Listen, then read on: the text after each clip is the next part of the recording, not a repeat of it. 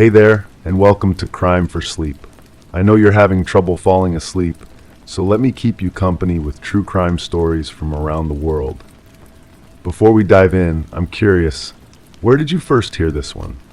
If you enjoy these stories, don't forget to like, comment, and subscribe. Now get comfortable, and let's get into tonight's case. Crime 1, they clattered when touched, smooth, glassy, some chipped at the edges. The bathroom sink was packed with them, piled high like a collection. Beneath the drain, lodged deep in the pipe, was a fingertip, still soft, still pink. Wrapped around it, a strand of braided hair tied in a knot. Detective Sarah Morrow had been on the force for 17 years, but she'd never seen anything like this. The house at 2347 Oakwood Drive looked ordinary from the outside, white trim, blue siding, a small porch with a swing that creaked in the autumn breeze. The kind of home where you'd expect children's laughter, not the silence that now engulfed it. Ellie Pearson had lived in this house since 1994. She'd moved to Millbrook, Pennsylvania after her divorce, a fresh start, she'd told her sister, a place where nobody knew her history. She was 42 when she disappeared, though most people thought she was younger. She had that kind of face, soft around the eyes, with a smile that made strangers feel welcome. She worked as a librarian at the local elementary school, where she was known for her collection of patterned scarves and her patience with difficult children. She never missed a day of work, Principal Davis told Detective Morrow 3 days after Ellie was reported missing. Not one. She called in sick last Thursday, and when she didn't show up Friday either, I called her home. When she didn't answer, I figured she must have been pretty ill. But Ellie wasn't ill. Her car was still in the garage. Her purse sat on the kitchen counter, wallet intact. Her cell phone was charging by her bedside. The television in the living room was on, tuned to a cooking show. A half-empty mug of tea had grown cold on the coffee table. The house showed no signs of forced entry, no struggle, no blood. Nothing seemed out of place except for the marbles in the bathroom sink and the fingertip in the drain. The marbles were varied, cat's eyes with swirls of blue and green, solid black ones that looked like polished onyx, clear ones with tiny bubbles trapped inside, red ones that glowed when held to the light. There were exactly 73 of them. Detective Morrow counted them twice, placing each one in an evidence bag. DNA tests would later confirm what they all suspected. The fingertip belonged to Ellie Pearson. But 72 hours into the investigation, they still had no idea where the rest of her was. Neighbors described Ellie as private but friendly. She waved when she collected her mail. She attended block parties with homemade apple pie. She walked her aging golden retriever, Rusty, every morning at 6 and every evening at 7. When Rusty wasn't on his walk Thursday morning, I thought it was strange, said Mrs. Henderson from across the street. But I figured maybe the poor thing was sick. He's 12, you know, getting on in years. She paused, lowering her voice. Funny thing is, the dog is missing too. Detective Morrow established a timeline. Wednesday evening, Ellie was seen walking Rusty at the usual time. She stopped to chat with the Thompsons about their new gazebo. She mentioned having a headache but seemed otherwise normal. Thursday morning, no Rusty walk. Thursday afternoon, Ellie didn't answer her phone when her sister called. Friday morning, still no sign of Ellie or Rusty. Friday evening, Principal Davis drove by and noticed all the lights were on in the house, but no one answered the door. Saturday morning, Ellie's sister, Karen, used her spare key to enter the house and called 911 when she found the marbles. The bathroom sink had been cleaned recently. The mirror sparkled, the tiles gleamed, the air smelled faintly of bleach except for the drain, which carried a metallic scent. Organic. The crime scene investigators said the finger had been severed with something sharp and precise. A garden shear, perhaps, or surgical scissors. "What's with the marbles?" Karen asked on Sunday, her eyes red from crying. Ellie didn't collect marbles, she collected vintage bookmarks. This doesn't make any sense.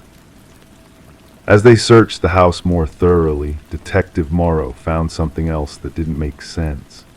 In Ellie's bedroom closet, behind a row of sensible shoes, was a shoebox. Inside were dozens of letters, all addressed to Ellie, all from someone named V. The letters dated back 20 years, long before Ellie moved to Millbrook. They started friendly, affectionate, even reminiscing about shared experiences, inside jokes. But as Detective Morrow read through them chronologically, the tone changed. "I saw you with him again. You don't have to lie to me. I know what you're doing. The way you look at me when you think I don't notice. I notice everything about you, Ellie, everything. You can't hide from me, not ever." The last letter was dated just 3 weeks ago. "I found you again. Did you really think changing your name would be enough, silly Ellie? Or should I call you Rebecca now? No matter how far you run, I'll always find my way back to you. Just like when we were kids. Remember our game? I still have our collection. I've been adding to it all these years. Soon we'll be together again." When Detective Morrow showed the letters to Karen, the color drained from her face. "Rebecca, she hasn't gone by that name since. Oh God." Karen sank into a chair. "You need to look for someone named Vincent Mercer. He and Ellie, Rebecca back then, grew up next door to each other in Ohio. He was obsessed with her. He used to give her marbles, said they were special because they lasted forever. When we were teenagers, he became dangerous, started following her, leaving notes. Once he broke into our house and was just sitting in her room when she came home from school. Our parents got a restraining order, but it didn't stop him. Eventually, we moved away. That was almost 30 years ago." Detective Morrow ran a background check on Vincent Mercer. He'd been institutionalized briefly in his 20s. After his release, he seemed to vanish from official records. No driver's license, no tax returns, no social media. A ghost. The break in the case came from an unexpected source. A cashier at the local grocery store remembered a man who had come in repeatedly over the past month, always buying the same items: dog treats and tea. English breakfast, Ellie's favorite. He stood out because he always wore gloves, she said, even when it was warm outside, thin leather gloves, and he talked about the librarian like he knew her, but something felt off. He said he was her cousin visiting from out of town, said he was staying with her. Security footage confirmed it. A slender man with graying hair and a limp, his hands always covered. Detective Morrow showed the image to Karen. "That's him," she whispered. "That's Vincent." They traced him to a motel on the edge of town. Room 17. When they knocked, there was no answer. The manager let them in. The room was empty of people, but full of evidence. Maps with Ellie's daily routes highlighted. Photos of her at the grocery store, walking Rusty, reading on her porch, taken with a telephoto lens. A journal detailing her habits, her conversations, what she ate for dinner each night. And marbles, dozens more marbles, arranged in neat rows on the dresser. The bathroom door was closed. Detective Morrow pushed it open slowly, her hand on her weapon. The bathtub was filled with water, clear water that reflected the ceiling light. Floating on the surface was a single playing card, the Queen of Hearts. When she lifted it with gloved fingers, she found writing on the back. "You're too late, we're together now, where it all began." Where it all began, Ohio, Vincent's childhood home. They contacted the local authorities, who found the property abandoned decades ago after Vincent's parents died. The house was condemned, partially collapsed, surrounded by overgrown weeds. In the backyard they found freshly disturbed earth, 2 graves side by side. In one they found Rusty, his golden fur matted with soil. In the other, wrapped carefully in a blue blanket, was Ellie Pearson. All her fingers were intact except for the right index finger. Around her neck was a necklace made of marbles, strung together with braided strands of her own hair. Vincent Mercer was never found. Some say he died in the woods behind the property. Others believe he started a new life somewhere else under a different name. Every few years, a report surfaces of a strange man with a limp buying marbles at antique shops across the country. And sometimes, in homes where women live alone, people find marbles appearing mysteriously in drawers on windowsills or piled high in bathroom sinks. A warning, perhaps, or a promise. Detective Sarah Morrow keeps one of Ellie's marbles on her desk, a reminder that some cases never truly close, that some predators patient enough to wait decades for their prey are patient enough to disappear completely, and that sometimes the most ordinary objects, smooth, glassy, some chipped at the edges, can be the most terrifying of all. Crime 2 faded from the sun but still legible, dozens of names carved into the wooden slats of the backyard fence. Some were first names only, others full. One panel read mine over and over again. The last name added was fresh, and it matched the girl who had gone missing 3 days before. The small town of Millbrook, Pennsylvania, had always been the kind of place where people left their doors unlocked. Detective Sarah Reeves had grown up there, left for college, and returned 15 years later with a badge and a decade of experience from the Philadelphia Police Department. She never expected her homecoming to involve a case like this. Olivia Brenner was 16, a quiet girl with long brown hair who played clarinet in the school band and worked weekends at the local diner. Her mother, Karen, had called the police at 11:47 p.m. on Friday when Olivia didn't return from her evening shift. Unlike most teenage disappearances that resolved within hours, this one felt different from the start. She texted me at 9:15 that she was leaving work, Karen told Detective Reeves, her voice barely above a whisper as they sat at the kitchen table. It's a 12-minute walk. She's never late, never. Karen's fingers trembled around her mug of untouched coffee. I called the diner. Marcus said she clocked out at 9:10. Those 35 missing minutes between leaving work and not arriving home became the center of an expanding investigation. 35 minutes in which Olivia Brenner had vanished into the cool October air. The first 48 hours yielded nothing. No sightings, no activity on her phone or social media accounts. Her bank account remained untouched. The search parties combed the 3 possible routes from the diner to the Brenner home, finding nothing but fallen leaves and the occasional discarded candy wrapper. On Monday morning, Detective Reeves received a call from Karen Brenner. "Someone was in our backyard," she said, her voice strained. "There's something on our fence." The Brenners' fence was old, weathered cedar that separated their property from an undeveloped wooded lot. What Detective Reeves found there made her stomach tight. Names, dozens of them. Most appeared years old, carved with varying depths and skill. Some were accompanied by dates. The wood had darkened around the older carvings, making them barely visible unless you were looking for them. But one name stood out, freshly carved, the pale wood still showing splinters where a knife had dug in. Olivia B. "I've never noticed these before," Karen said, her arms wrapped tightly around herself despite the mild temperature. "How could I not have seen this?" Detective Reeves studied the fence carefully.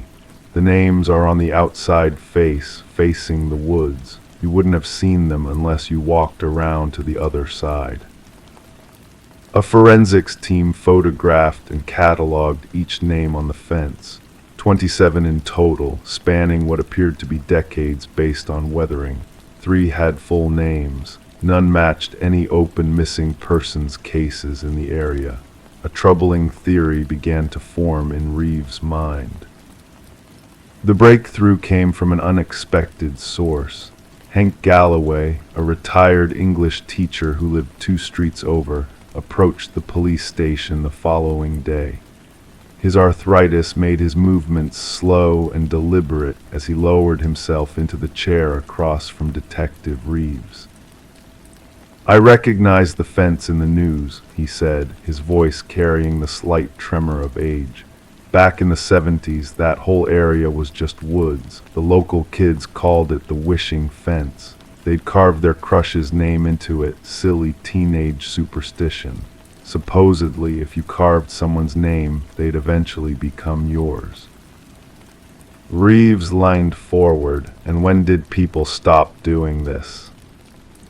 "When the developments went in during the early 80s, most of the woods got cleared out. I guess the Brenner house ended up keeping that old fence section. It wasn't much, but it provided context. The fence had history, a local tradition turned eerie coincidence, but it didn't explain why Olivia's name had appeared after her disappearance."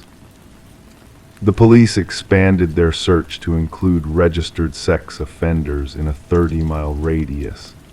They interviewed Olivia's classmates, teachers, and coworkers. Everyone described her the same way: quiet, responsible, no boyfriend, no enemies. Marcus Chen, the night manager at the diner, mentioned something odd during his second interview. Olivia seemed distracted her last few shifts. She kept looking out the window like she was watching for someone. "Did she mention anyone bothering her?" Reeves asked. "No, but," he hesitated. "Last Wednesday, this older guy came in, sat in her section. Didn't order much, just coffee. Stayed for almost 2 hours watching her. I asked if she knew him and she said no, but she didn't seem worried."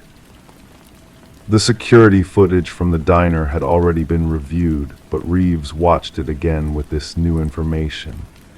The man in question sat with his back mostly to the camera. Mid-50s, thinning gray hair, medium build, nothing distinctive except for a slight hunch to his shoulders. He paid in cash, no clear images of his face. On day 5 of the investigation, another disturbing discovery emerged. A jogger found Olivia's backpack in a creek 3 miles from town. Inside was her wallet, phone, and a small notebook filled with what appeared to be poetry. The last entry, dated the day she disappeared, read, "He says he's known me forever, that I belong with the others, that my name is already there waiting." The words sent a chill through Detective Reeves. The forensics team processed the backpack and notebook for fingerprints and DNA, but the water damage had compromised most potential evidence. That evening, while reviewing the case files at her kitchen table, Reeves had a realization about the fence. If it predated the neighborhood development, then it might have belonged to a previous property. County records confirmed her suspicion. Before the subdivision was built, a single house had stood on that land from 1937 until it was demolished in 1979. The property had belonged to the Mercer family. The name struck a chord. One of the clearest, oldest carvings on the fence read, Eleanor Mercer. Further digging revealed that Walter Mercer, the last owner, had died in 1998.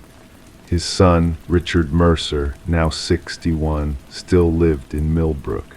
The address listed was less than a mile from the Brenner home.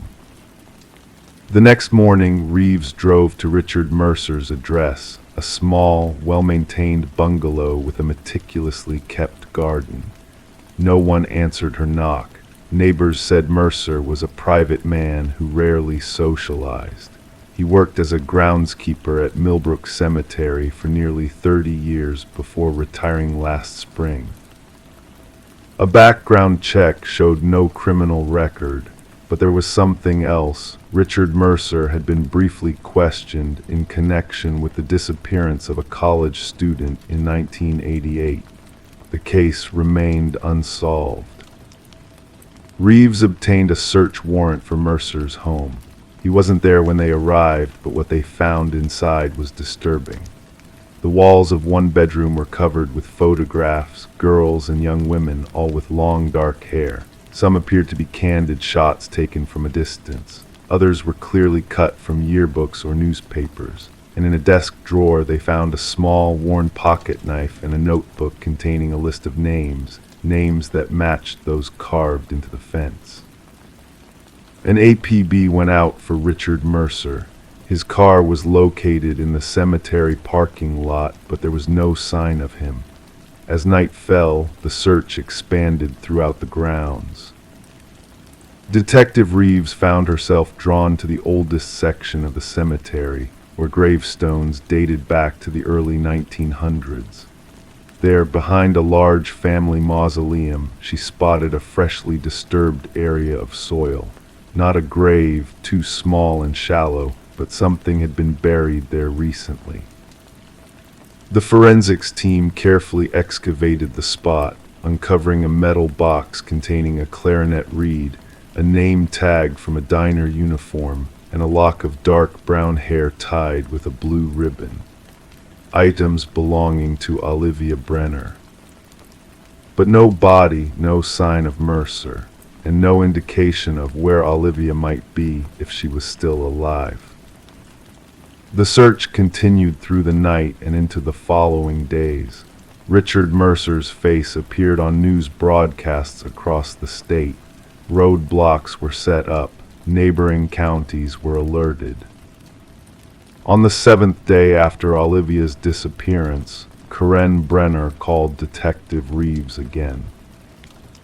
"There's another name on the fence," she said, her voice hollow. "It wasn't there yesterday." Carved beneath Olivia's name was now a new one, Richard M. Less than an hour later, a groundskeeper at Millbrook Cemetery found Richard Mercer's body in the maintenance shed. He had hanged himself. Clutched in his hand was a note that read, "I never touched her. I only wanted her to be mine forever like the others. Now we both belong to the fence." Despite an exhaustive search of Mercer's property, the cemetery grounds, and the remaining wooded areas near the old fence, Olivia Brenner was never found. The investigation revealed that Richard Mercer had been carving names into that fence since he was a teenager, names of girls he had become obsessed with over the decades. Most had never known of his fixation. Some had moved away. Others still lived in Millbrook, unaware they had been claimed. Olivia's case remains open. Each year on the anniversary of her disappearance, a new carving appears on the fence, not a name, but a single tally mark. The police have installed cameras, but they never capture the person responsible. Karen Brenner refused to move from the house, saying she needs to stay close in case Olivia comes home. She's replaced the fence twice, but the names always reappear, as if etched by an invisible hand reaching through time. Detective Reeves still drives by the Brenner house every few weeks. She slows down as she passes, looking toward the backyard where the fence stands as both memorial and mystery. Sometimes in the fading light of dusk, she thinks she sees a figure standing there, a man with hunched shoulders carving into the wood. But when she looks again, there's only the fence and its names, waiting in silence for someone who may never return. Crime 3, 2 heavy chains wrapped around the handles, held tight by rusted padlocks.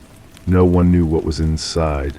When they finally forced it open, there was no food, only 5 sealed jars, each containing what looked like shredded fabric, teeth, and fragments of bone, all labeled with dates and nicknames no one recognized. The storage unit where they found the refrigerator belonged to Martin Grayson, a 67-year-old retired high school chemistry teacher from Oak Ridge, Minnesota. Martin had lived in the same modest two-bedroom house on Willow Street for over 30 years.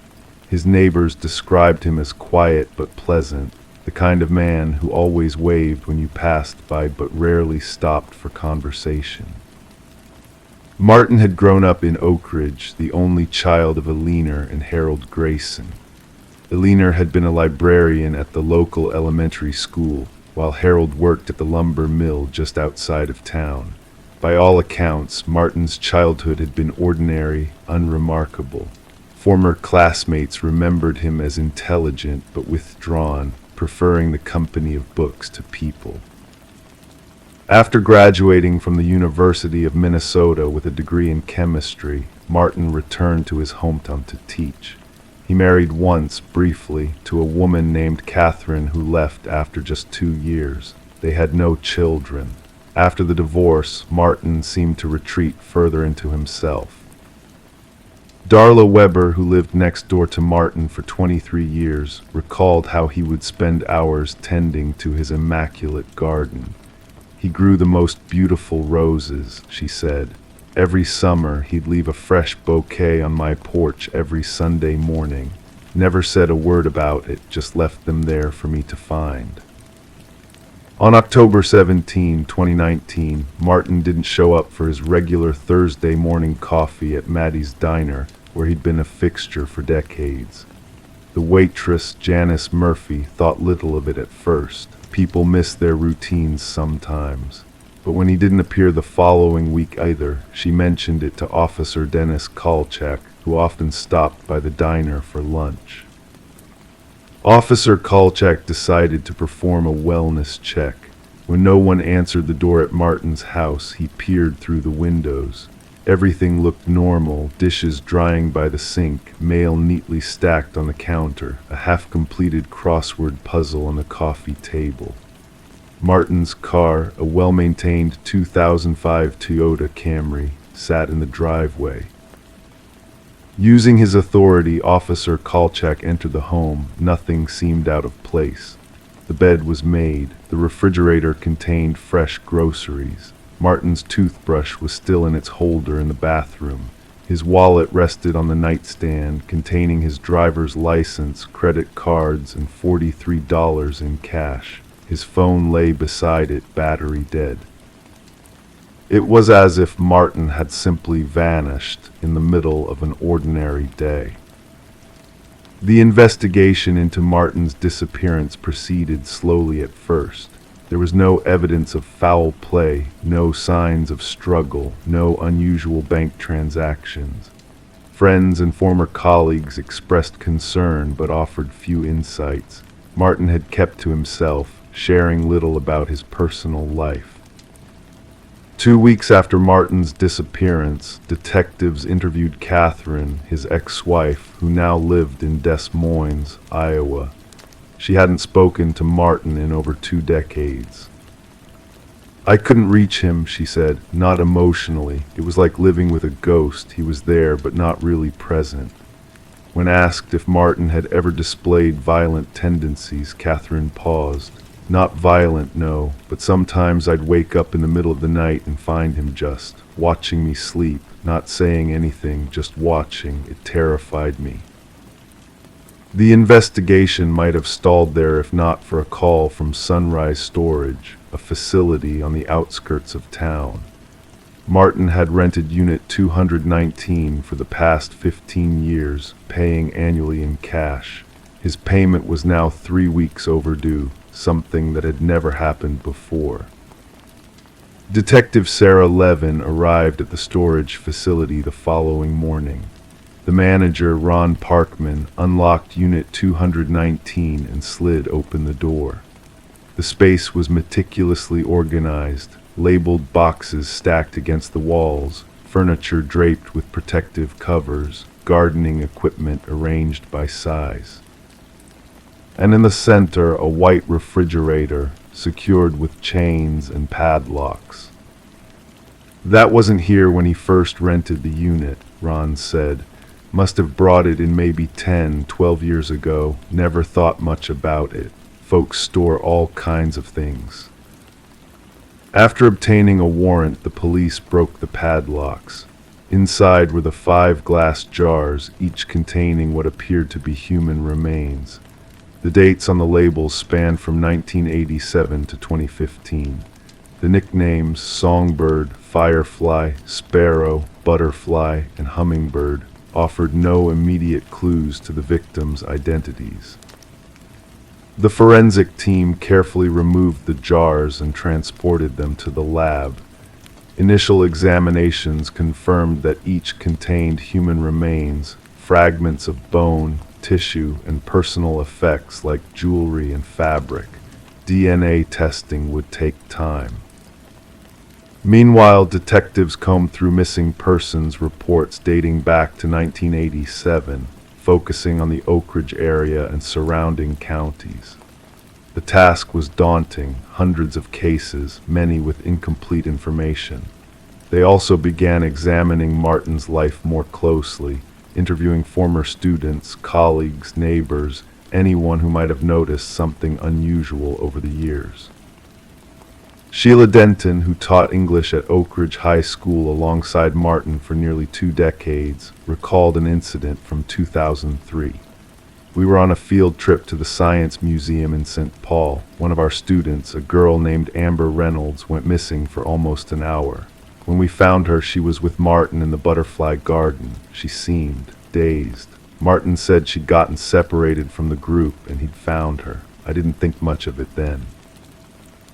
Detectives tracked down Amber Reynolds, now 34 and living in Chicago. She had vague memories of the incident. I remember feeling suddenly very tired, she said. Mr. Grayson gave me some water. After that, things get fuzzy. I just remember waking up on the bus ride home. As the investigation deepened, more disturbing patterns emerged. Every few years, a young woman in the area would disappear, hitchhikers, runaways, women with few connections, or whose absence might not immediately raise alarms. None had been directly linked to Martin at the time, but retrospective analysis showed troubling coincidences. In April 1987, 19-year-old Melody Harper vanished while walking home from her job at a local diner. Witnesses reported seeing her talking to a man in a blue sedan. Martin had owned a blue Ford Taurus at that time. In August 1994, 22-year-old Leanne Fisher disappeared from a bus stop less than a mile from Martin's house. She had been known to sing at local open mic nights, a potential songbird. Amber Richards, a troubled 16-year-old with a history of running away, was last seen in October 2002 near the high school where Martin taught. She had been wearing a butterfly pendant the day she vanished. Each case had been investigated separately over the years, with few leads and no resolutions. Now, detectives were piecing together what appeared to be a methodical series of abductions spanning decades, all potentially connected to the quiet chemistry teacher whom everyone described as unremarkable. 6 months into the investigation, DNA results confirmed that the remains in the jars matched 3 of the missing women they had identified. The other 2 remained unknown. Carefully preserved newspaper clippings found in a lockbox in Martin's home revealed that he had followed each case closely, saving articles about the investigations and subsequent dead ends. A journal discovered behind a false wall in Martin's basement provided the most chilling insights. In neat, precise handwriting, Martin had documented his relationships with each woman, how he selected them, approached them, gained their trust. He described administering sedatives derived from his knowledge of chemistry to render them compliant. The entries were disturbing not for their graphic content, but for their emotional detachment. Martin described these women as specimens to be preserved. He gave each a name based on a delicate creature that fascinated him, birds, insects, things of beauty that could be captured and kept. Yet for all the evidence uncovered, Martin himself remained missing. Had he sensed the authorities closing in? Had he taken his own life? Or had he simply transformed himself again, as he had done so many times before, becoming invisible in a new community? The search for Martin Grayson continues to this day. His house on Willow Street sits empty, the garden once filled with roses now overgrown with weeds. Occasionally, someone leaves flowers at the makeshift memorial for his victims that has sprung up in the town square. The 5 jars from the refrigerator have been replaced by 5 proper burial sites, each with a real name rather than the nickname Martin had assigned. Families that had spent decades wondering now had answers, though not the ones they had hoped for. Detective Levin still keeps Martin's case file on her desk. Every few months she receives a call about a potential sighting, an elderly man with Martin's features glimpsed at a bus station in Idaho, a substitute teacher in Wisconsin whose background didn't quite check out, a gardener in Oregon whose roses won blue ribbons at the county fair. None of these leads has panned out, but sometimes in small towns across America, residents report finding fresh roses on their porches on Sunday mornings. No note, no explanation, just beautiful flowers, carefully cut and arranged, left by someone who was there and gone before they could be seen. And in storage facilities across the country, managers have become more vigilant about what their customers might be keeping behind those roll-up doors, especially if it's a refrigerator secured with chains and padlocks. Crime 4, it was oddly thick for the living room, worn but heavy underfoot. When pulled away, a square panel was revealed, nailed shut and sealed with black caulk. Beneath it, a narrow chute led down to a dirt chamber lined with mirrors. In the center, a single folding chair facing the wall. Elizabeth Sawyer had lived in the house on Pinewood Drive for 17 years. A quiet woman in her early 60s with silver-streaked auburn hair, she had moved to the small town of Mercer Creek, Vermont, following her divorce. The neighbors knew her as the retired librarian who tended to her garden in spring and summer, baked zucchini bread for the annual block party, and kept mostly to herself during the long winter months. Her son Marcus lived 3 states away in Ohio. He called every Sunday at 7 p.m., a routine that had not changed in over a decade. Their conversations were brief but pleasant, weather updates, local gossip, and the occasional mention of Marcus's 2 children. When Elizabeth didn't answer his call on February 12, 2023, Marcus thought little of it. Perhaps she had fallen asleep early or was visiting a neighbor. When she didn't return his call the next morning, he left another message. By the 3rd day of silence, an uneasy feeling had settled in his stomach like a cold stone. I just knew something was wrong, Marcus would later tell Detective Laura Harding. Mom never missed our calls. Even when she had the flu last year, she picked up and apologized for sounding terrible. She wouldn't disappear. Officer Peter Jenkins was the first to respond to the wellness check request. The temperature had dropped to 20 degrees below zero that week, and a recent snowstorm had left the town buried under 14 inches of fresh powder. Elizabeth's driveway hadn't been shoveled. Her small blue Volvo sat in the carport, covered in snow that had clearly accumulated over several days. Officer Jenkins knocked 3 times. Each knock seemed to echo through the silent neighborhood. No one answered. He peered through the windows but couldn't see much through the drawn curtains. After consulting with dispatch, he made the decision to enter the premises. The front door wasn't locked. This was the first detail that struck him as unusual. Elizabeth, like many longtime residents of small-town America, was known to be careful about home security. Inside, the house was cold but not freezing. The thermostat had been set to 55 degrees, low enough to save on heating costs but high enough to prevent the pipes from freezing. Everything appeared to be in perfect order. The kitchen was clean, with no dirty dishes in the sink. The mail had been collected from the floor beneath the mail slot and neatly stacked on the entryway table. There were no signs of a struggle or forced entry. Mrs. Sawyer, Officer Jenkins called out as he moved through the house. "Elizabeth, it's the police. Your son is worried about you." The main floor revealed nothing unusual. Officer Jenkins climbed the stairs to the second floor where the bedrooms were located. Elizabeth's bed was made, her reading glasses resting on the nightstand beside a dog-eared paperback mystery novel.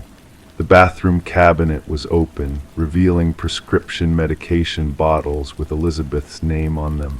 Nothing seemed out of place. It wasn't until Officer Jenkins returned to the main floor that he noticed something peculiar about the living room rug. One corner was slightly turned up, as if someone had recently moved it and hadn't properly smoothed it back into place. It was a detail so small that he almost missed it entirely. When Jenkins pulled back the rug, he discovered what would become the focal point of one of the most disturbing cases in Mercer Creek history: a trapdoor nailed shut and sealed with black caulk. By the time Detective Laura Harding arrived at the scene, 3 other officers had joined Jenkins. None of them had opened the trapdoor yet. They were waiting for proper documentation and backup. "I'll never forget the sound it made when we finally pried it open," Detective Harding would later say in her official statement. "It was like the house itself was exhaling after holding its breath for years." The trapdoor revealed a narrow chute, more like a vertical tunnel, that descended about 8 feet into the earth. At the bottom was a small chamber approximately 10 feet by 10 feet. The walls were lined with mirrors of various sizes, creating an endless, disorienting reflection. In the center of the dirt floor stood a single metal folding chair, positioned to face one particular wall. But Elizabeth Sawyer wasn't there. The search for Elizabeth expanded. Police combed through her financial records, phone records, and interviewed everyone who knew her. Her credit cards hadn't been used since February 10th. Her cell phone was found charging on her bedside table. Her passport was still in the drawer where she kept important documents. As investigators dug deeper into Elizabeth's past, they uncovered that she hadn't always been Elizabeth Sawyer. Before moving to Mercer Creek, she had been Elizabeth Raines, married to Dr. Thomas Raines, a respected psychologist who specialized in alternative therapies for severe trauma patients. The divorce records were sealed, but former colleagues of Dr. Raines described him as brilliant but unorthodox, and mentioned that he had lost his license to practice shortly before the divorce. When police finally tracked down Dr. Raines, they found him living under yet another name in a remote cabin in the Adirondacks. The cabin had no electricity or running water. Inside, investigators discovered notebooks filled with what appeared to be research notes on something called mirror therapy regression and spatial disorientation as a pathway to memory recovery. One notebook entry, dated just 3 months before Elizabeth's disappearance, read, "He thinks she's safe. She doesn't understand that the work was never finished. The mirrors need to be reset." Meanwhile, forensic analysis of the underground chamber revealed something even more disturbing. The dirt floor contained trace amounts of blood from at least 3 different individuals. None of it matched Elizabeth's DNA profile. More puzzling still, carbon dating suggested the blood samples were between 15 and 20 years old. The investigation took another turn when Marcus Sawyer revealed something he had never told anyone. His mother suffered from frequent nightmares and would sometimes sleepwalk.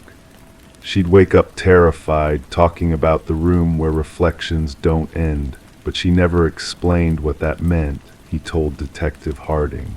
I always thought it was just a dream. 6 weeks into the investigation, a breakthrough came from an unexpected source. A former patient of Dr. Rain's came forward after seeing the news about Elizabeth's disappearance. The woman, who requested anonymity, claimed that Dr. Rains had constructed similar mirror chambers in the basements of at least 2 other properties. He called them reflection rooms, she explained. They were supposed to help patients confront their traumatic memories by creating a disorienting environment where the mind couldn't distinguish between reality and reflection. He believed that in that state, buried memories would surface. When asked if she thought Dr. Rains might have harmed Elizabeth, the woman hesitated before answering. Thomas wasn't violent, not physically, but he was obsessed with his work. He once told me that Elizabeth was his greatest success and his greatest failure. I never understood what he meant by that.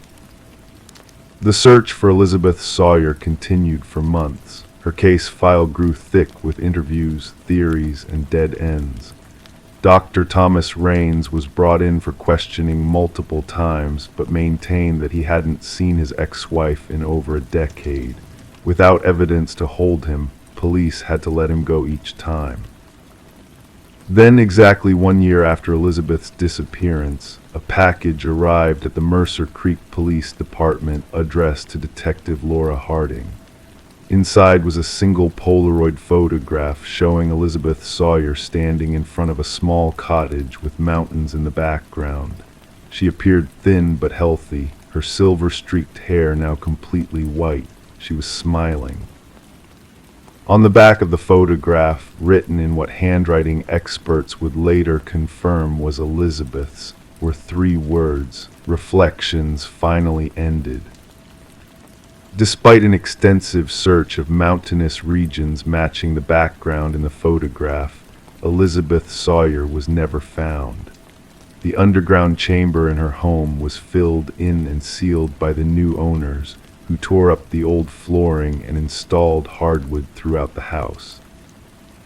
Dr. Thomas Rains disappeared shortly after the photograph surfaced. His cabin in the Adirondacks was found abandoned, his research notebooks missing. To this day, no one knows what mirror therapy regression truly entailed, or what happened in that dirt chamber with the folding chair facing the wall. The case of Elizabeth Sawyer remains officially open but inactive. In Mercer Creek, locals have developed a habit of checking beneath their rugs just to be sure nothing is hiding underneath. And on quiet nights, some swear they can hear the sound of a trapdoor opening somewhere in the darkness, like a house finally exhaling after holding its breath for years. As for Marcus Sawyer, he still calls his mother's old number every Sunday at 7 p.m. The line has been disconnected, but the routine brings him comfort. Wherever she is, he says, I hope she's found peace from whatever was haunting her. I just wish I knew what she was seeing in all those reflections. The mirrors from the underground chamber were collected as evidence and stored in the police department's basement. Detective Harding, now retired, admits that she sometimes dreams about them, endless reflections showing different versions of Elizabeth Sawyer, each one trying to tell a different story, none of them quite reaching the truth. Some mysteries, she often says, are like those mirrors. The more angles you look at them from, the more lost you become in the reflections. Crime 5, not from a child, too wide, too deep. The marks had cracked the wood in multiple places, as if someone had tried to chew through it from the outside in. The baby was unharmed, but there were footprints in the carpet, bare, facing the crib. Grace Anderson never thought much about home security. In the quiet suburb of Millfield, Pennsylvania, Crime was something that happened elsewhere, in cities, in movies, on the news. Not here, not in a neighborhood where people still left spare keys under flower pots and children played unsupervised until streetlights flickered on. Grace had lived in her colonial-style home on Sycamore Lane for nearly 6 years. She knew the mail carrier by name. She baked cookies for new neighbors. She was the kind of person who waved at passing cars, even if she didn't recognize them. When her daughter Lily was born in October 2019, nothing changed about Grace's sense of safety. If anything, Millfield seemed even more idyllic, the perfect place to raise a child. Grace's husband, Michael, traveled often for work, sometimes gone 3 or 4 nights a week. Grace didn't mind the solitude. She'd always been independent, comfortable in her own company, especially now with Lily's gentle breathing filling the nursery monitor at night. On Wednesday mornings, Grace attended a Mommy and Me yoga class at the community center. It was her one consistent outing each week, 90 minutes to herself, while Mrs. Abernathy from next door watched Lily. Mrs. Abernathy, a retired kindergarten teacher with silver hair and hands mapped with veins, had offered to babysit shortly after Lily was born. "I miss having little ones around," she had said, pressing a hand-knitted blanket into Grace's arms. "It would be my pleasure." October 12, 2020. Lily's first birthday had passed just 3 days earlier. The morning was unseasonably cold, frost etching delicate patterns on windshields and grass blades. Grace loaded Lily into Mrs. Abernathy's arms at 9:45 a.m., 15 minutes before her class began. Mrs. Abernathy cooed at the baby, who was bundled in a pale yellow sweater, tiny mittens dangling from elastic bands sewn into the sleeves. "We'll be just fine," Mrs. Abernathy assured Grace, as she always did. "You enjoy your class, dear." Grace kissed Lily's forehead and left, her yoga mat slung over her shoulder. The community center was a 7-minute drive away. The class lasted until 11:30. Grace returned home at 11:42 a.m., according to the receipt from the coffee shop where she'd stopped on the way back. She found Mrs. Abernathy sitting in the living room rocking chair, a children's book open on her lap, reading aloud even though Lily was fast asleep in her portable crib nearby. "She dozed off about 20 minutes ago," Mrs. Abernathy whispered, carefully closing the book. "Good class." Grace nodded, setting her coffee on the side table. "Thanks again for watching her." Mrs. Abernathy gathered her things, reading Glasses, Cardigan, the murder mystery paperback she carried everywhere, and departed with a gentle wave. Grace carried Lily upstairs, careful not to wake her, and placed her in her crib for the remainder of her nap. The nursery was painted a soft mint green, with a mobile of fabric stars hanging above the crib. Grace pulled the door halfway closed, the way she always did for naps, and went downstairs to answer emails and fold laundry. At 1:17 p.m., Grace heard Lily stirring on the baby monitor, not crying, just the soft rustling that signaled she was awake. Grace finished the email she was typing and climbed the stairs to the nursery. She pushed the door open, light spilling into the dim room through the partially drawn curtains. And then she saw them, the marks. Her first thought, absurdly, was termites, but termites didn't leave gouges that looked like teeth impressions. Deep, curved indentations punctured the outside of the crib's wooden rail, concentrated on the side facing away from the door. Grace stared, uncomprehending. Her eyes dropped to the carpet, where bare footprints, adult-sized, were visible in the deep pile. The footprints faced the crib as if someone had stood there, leaning over, watching Lily sleep. Grace snatched her daughter from the crib, heart hammering against her ribs. She backed out of the room, Lily clutched to her chest, and ran downstairs to her phone. Her hands shook so violently she misdialed 911 twice. The police arrived 12 minutes later. Officer Daniels, young with close-cropped hair and serious eyes, listened as Grace explained, her voice breaking, how she'd found the bizarre marks and footprints. His partner, Officer Reynolds, older and heavy-set, examined the nursery with methodical care. The doors were locked, Officer Daniels asked, jotting notes in a small pad. Yes, all of them, I'm sure of it, Grace insisted. The windows, too, I always check. Officer Reynolds emerged from upstairs, his expression carefully neutral. Ma'am, there's no sign of forced entry. All windows and doors appear secure. But the marks, Grace said, the footprints, someone was in my house. Someone was standing over my baby's crib. The officers exchanged a glance that Grace couldn't interpret. Officer Reynolds cleared his throat. We'll dust for prints, take pictures of the marks. Could your husband have checked on the baby before leaving for his trip? Michael left yesterday afternoon.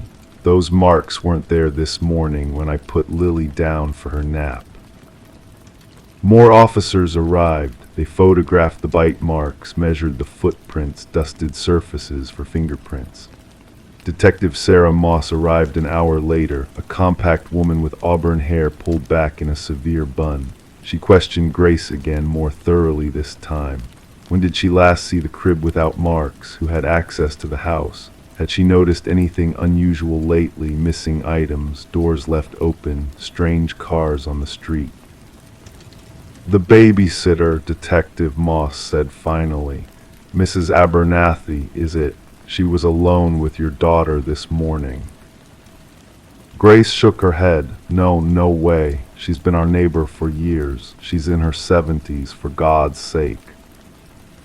We'll need to talk to her anyway, Detective Moss said gently. The interview with Mrs. Abernathy yielded nothing suspicious. She had indeed watched Lily that morning, reading to her and feeding her the applesauce Grace had left. She'd never gone upstairs, she insisted. The portable crib had been set up in the living room as always. Detective Moss asked if she'd heard or seen anything unusual. Cars she didn't recognize, delivery people, anyone walking near the Anderson home. Mrs. Abernathy shook her head, distress evident in the trembling of her hands.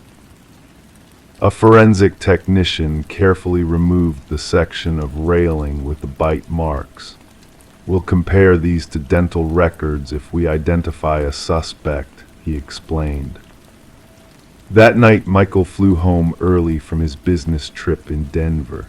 Grace and Lily stayed at a hotel until he arrived. The police installed temporary cameras around the house. Officers would drive by regularly for the next few weeks. Detective Moss left her card, urging Grace to call with any concerns, no matter how small. Most home invasions are committed by someone known to the family, she said as she prepared to leave. Think carefully about anyone who might have shown unusual interest in your daughter or your home. The investigation proceeded methodically over the following days. The bite marks were analyzed by a forensic odontologist who confirmed they were indeed human, adult. The pattern suggested a full set of teeth, though with unusual spacing between the front incisors. The DNA collected was partial, degraded, but clearly human. The footprints yielded little information, size 10, potentially male, but without distinctive characteristics. No fingerprints were found except those belonging to the family and Mrs. Abernathy. The neighborhood canvas revealed nothing unusual. No one had seen any strangers. No unfamiliar vehicles had been parked nearby. The home security system showed no evidence of being tampered with. 3 weeks after the incident, Detective Moss called Grace. The case was at a standstill. Without new evidence, they couldn't identify a suspect. They would keep the file open, continue to patrol the neighborhood, but their active investigation was winding down. Grace and Michael installed an elaborate security system. cameras covering every approach to the house, motion sensors, glass break detectors. They replaced all the locks. Michael rearranged his work schedule to travel less frequently. Grace stopped attending yoga, unwilling to leave Lily with anyone except Michael. The crib was replaced. The carpet was cleaned, then eventually replaced too, when Grace could no longer bear to see the spot where the footprints had been. Life settled into a new normal, shadowed by unease. Then, 6 months later, Detective Moss called again. "We found something," she said, her voice taut with what might have been excitement or apprehension. "A similar case in Weston, about 40 miles from you. Bite marks on a crib, no sign of forced entry, baby unharmed." Grace sat down, her legs suddenly unable to support her. "Did they?" "They didn't catch anyone," Detective Moss continued, "but they found something we didn't. A small camera, no bigger than a button, attached to the underside of the crib."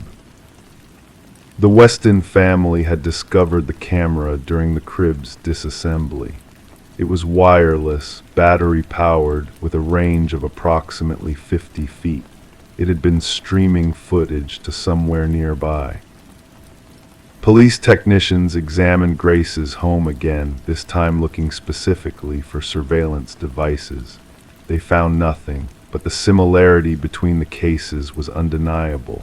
Both homes in quiet suburbs, both victims under 1 year old, both cribs marked with what appeared to be human bite marks, both incidents occurring midday within a narrow window of opportunity. In the months that followed, 3 more cases emerged across Pennsylvania and northern Maryland. Always the same pattern. Always the bite marks. 2 of the homes had hidden cameras, 3 did not. None of the families reported anything stolen. None of the children were harmed. Internet forums buzzed with theories. The crib biter, as online sleuths dubbed the intruder, became the subject of amateur investigation. Some suggested it was a fetish, a compulsion. Others theorized it was preparation for an abduction that never happened. Child Services investigated the families themselves. Could it be fabricated for attention? The investigation found no evidence of this. A year after the incident, Grace received an envelope in the mail. No return address. Inside was a single photograph, Lily sleeping in her crib, taken from above, clearly on the day of the incident. On the back, written in blue ink, "She looks just like you did." Police traced the postmark to a mail center in Philadelphia, but surveillance footage revealed nothing useful, just a figure in a hooded sweatshirt dropping off the envelope along with several others. The handwriting analysis was inconclusive. The photo paper was common, available at any drugstore. Grace and Michael sold their house 2 months later, moving across the country to Oregon. They told no one where they were going except immediate family. They changed their phone numbers, deleted social media accounts, started fresh in a gated community with security guards and 24-hour surveillance. The case remains unsolved. The crib biter incident stopped as abruptly as they began. 5 families across 2 states connected by identical bizarre intrusions. 5 children, all unharmed but forever marked by an encounter they were too young to remember. 5 investigations that led nowhere. Detective Moss still keeps the case file on her desk. Sometimes, late at night, she rereads the reports, studies the photographs of those strange, deep bite marks. She wonders what drove someone to enter those homes, stand over sleeping infants, and leave that disturbing calling card. She wonders if they were watching, planning, or simply satisfying some incomprehensible urge. And she wonders, with growing unease, whether the silence means they've stopped or simply moved elsewhere beyond her jurisdiction, where no one yet knows to look for bite marks on the outside of a crib. Crime 6, hidden beneath years of oil stains and dust, red symbols stretched from one wall to the other, geometric shapes intersecting like a map. One corner was circled in black. When they peeled back the concrete, they found bones, arranged intentionally, and in the center, a wedding ring still on a finger. The small town of Millbrook, Pennsylvania, had always been the kind of place where neighbors knew each other by name. Ellen Whitfield had moved there in 1997, seeking the quiet life after 20 years in Philadelphia. At 56, she'd retired early from her accounting practice, using her savings to purchase a modest two-bedroom home on Sycamore Lane. The neighbors remembered her as polite but reserved, the kind of woman who would wave from her garden but rarely accepted invitations for coffee. Ellen kept to herself, recalled Margaret Dawson, who lived across the street for 15 years. She was always working in that garden of hers, roses mostly, said they reminded her of her mother. What few people in Millbrook knew was that Ellen had left Philadelphia under difficult circumstances. Her husband of 30 years, Robert Whitfield, had disappeared without a trace in 1995. The police investigation had yielded little, a man with no enemies, no debts, no apparent reason to vanish. His car remained in their garage. His wallet and keys were found on the kitchen counter. Robert's case eventually went cold, filed away as one of those inexplicable disappearances that haunt small police departments. Ellen never remarried. She never even dated, according to those who knew her in Millbrook. Her routine was predictable. Mornings in the garden, afternoons volunteering at the local library, evenings spent reading on her front porch when weather permitted. She received few visitors, save for her sister Carolyn, who drove up from Baltimore every couple of months. For 18 years, Ellen lived this quiet existence in Millbrook. Then, on a Tuesday morning in April 2015, she didn't show up for her volunteer shift at the library. Diane Mercer, the head librarian, called Ellen's home when she was an hour late.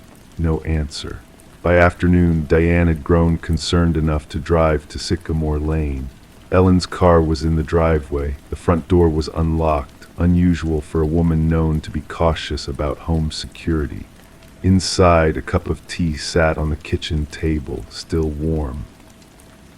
It was like she just stepped out for a moment, Diane later told detectives, but something felt wrong. The house was too quiet. Ellen Whitfield was nowhere to be found. The Millbrook Police Department, consisting of just 6 officers, opened a missing persons case. Chief Thomas Reeves assigned Detective Sarah Harding to lead the investigation, noting the similarities to Ellen's husband's disappearance 20 years earlier. "Two people don't just vanish without a trace," Chief Reeves said during his initial briefing. "Either we're dealing with an extraordinary coincidence, or there's a connection we're not seeing." Detective Harding began with Ellen's home. Nothing seemed disturbed or out of place. No signs of struggle, no blood. Her purse containing her wallet and identification remained on the kitchen counter. Her cell phone was charging by her bedside. The only unusual element was the back door, unlocked, with a partial muddy footprint on the welcome mat. 3 days into the investigation, Ellen's sister Carolyn arrived from Baltimore. As she walked through the house with Detective Harding, she noted that nothing appeared to be missing, except for one thing. "Her wedding ring," Carolyn said, opening Ellen's jewelry box. "She never took it off, not since Robert disappeared. She said it made her feel like he was still with her somehow." The investigation expanded. Neighbors were interviewed. Security footage from nearby businesses was examined. Ellen's bank accounts showed no recent unusual activity. Her credit cards hadn't been used since the day before her disappearance. The partial footprint at the back door yielded little information: a common work boot, size 11, available at any department store. 1 week turned into 2. 2 weeks became a month. Ellen Whitfield had vanished as completely as her husband had 2 decades earlier. It was during the 6th week of the investigation that Detective Harding decided to dig deeper into Robert Whitfield's disappearance. She contacted the Philadelphia Police Department and requested the old case files. What arrived was frustratingly thin: interviews with neighbors and colleagues, all stating that Robert had been a quiet, dependable man with no known enemies or vices. Financial records showing no unusual transactions. Phone records revealing nothing suspicious. But there was one detail that caught Harding's attention. In their statement, Ellen had mentioned that shortly before Robert's disappearance, he had begun renovating their garage, planning to convert it into a home office. On a hunch, Detective Harding returned to Ellen's home in Millbrook. The garage was detached from the main house, a simple structure with room for 1 car and a small workbench. Ellen had used it primarily for storage. Cardboard boxes lined the walls, containing holiday decorations and old photo albums. Garden tools hung neatly from hooks. The concrete floor was stained with oil and dirt, typical for a garage of its age. Harding knelt down, examining the floor more carefully. Something about the staining pattern seemed odd, almost deliberate in places. She ran her hand over a particularly dark section near the center of the garage. The concrete felt different there, newer perhaps. The detective called in a forensic team from the state police. They brought ground-penetrating radar equipment, scanning the concrete floor inch by inch. The results were immediate and disturbing. There was something beneath the surface, something that shouldn't have been there. With a warrant in hand, the team began to remove sections of the concrete floor. What they found beneath the surface defied rational explanation.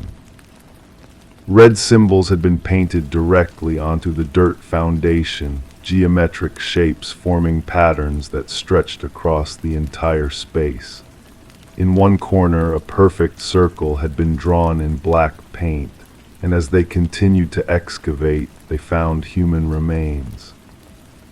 The bones had been arranged in a specific pattern, not as a complete skeleton would naturally decompose. Medical examiners would later determine that they belonged to Robert Whitfield, identified through dental records, and still on the ring finger of one hand was his wedding band, a simple gold circle inscribed with "Forever, E." The revelation sent shockwaves through both Millbrook and Philadelphia. Who had killed Robert Whitfield? Who had arranged his remains in such a disturbing manner? And what had happened to Ellen? The investigation took an unexpected turn when forensic analysis of the concrete revealed that it had been poured in 1995, the year Robert disappeared. The garage floor in Millbrook had been constructed much more recently, estimated to be from around 2005, 8 years after Ellen had moved there. She knew, Detective Harding concluded. She had to have known. Further examination of Ellen's financial records revealed a transaction in April 1995, a payment to a concrete contractor in Philadelphia. Another payment appeared in August 2005 to a similar contractor in Millbrook. The theory that emerged was both simple and chilling. Ellen Whitfield had killed her husband, concealed his remains beneath the garage floor, and then, years later, recreated the same concealment in her new home. But why and where was Ellen now?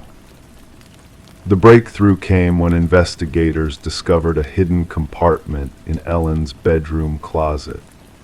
Inside was a journal, its pages filled with increasingly disturbed writings dating back to 1994. Robert knows, one entry read. He found the letters, says he'll tell everyone what I did. I can't let that happen. Further investigation revealed that Ellen had been engaged in a long-term embezzlement scheme at her accounting firm, siphoning small amounts from client accounts over many years. The total was estimated at over $1.2 million. The symbols were some kind of accounting code, explained forensic accountant Marcus Reed, who examined the journal. Each shape represented a different account she had stolen from. The circle in black, that was Robert. She marked him as a liability that had been balanced. As for Ellen Whitfield, she remained missing. Some investigators believed she had fled the country when she realized Detective Harding was getting close to the truth. Others theorized a darker possibility, that Ellen had recreated her husband's fate for herself, choosing to end her life rather than face exposure and imprisonment.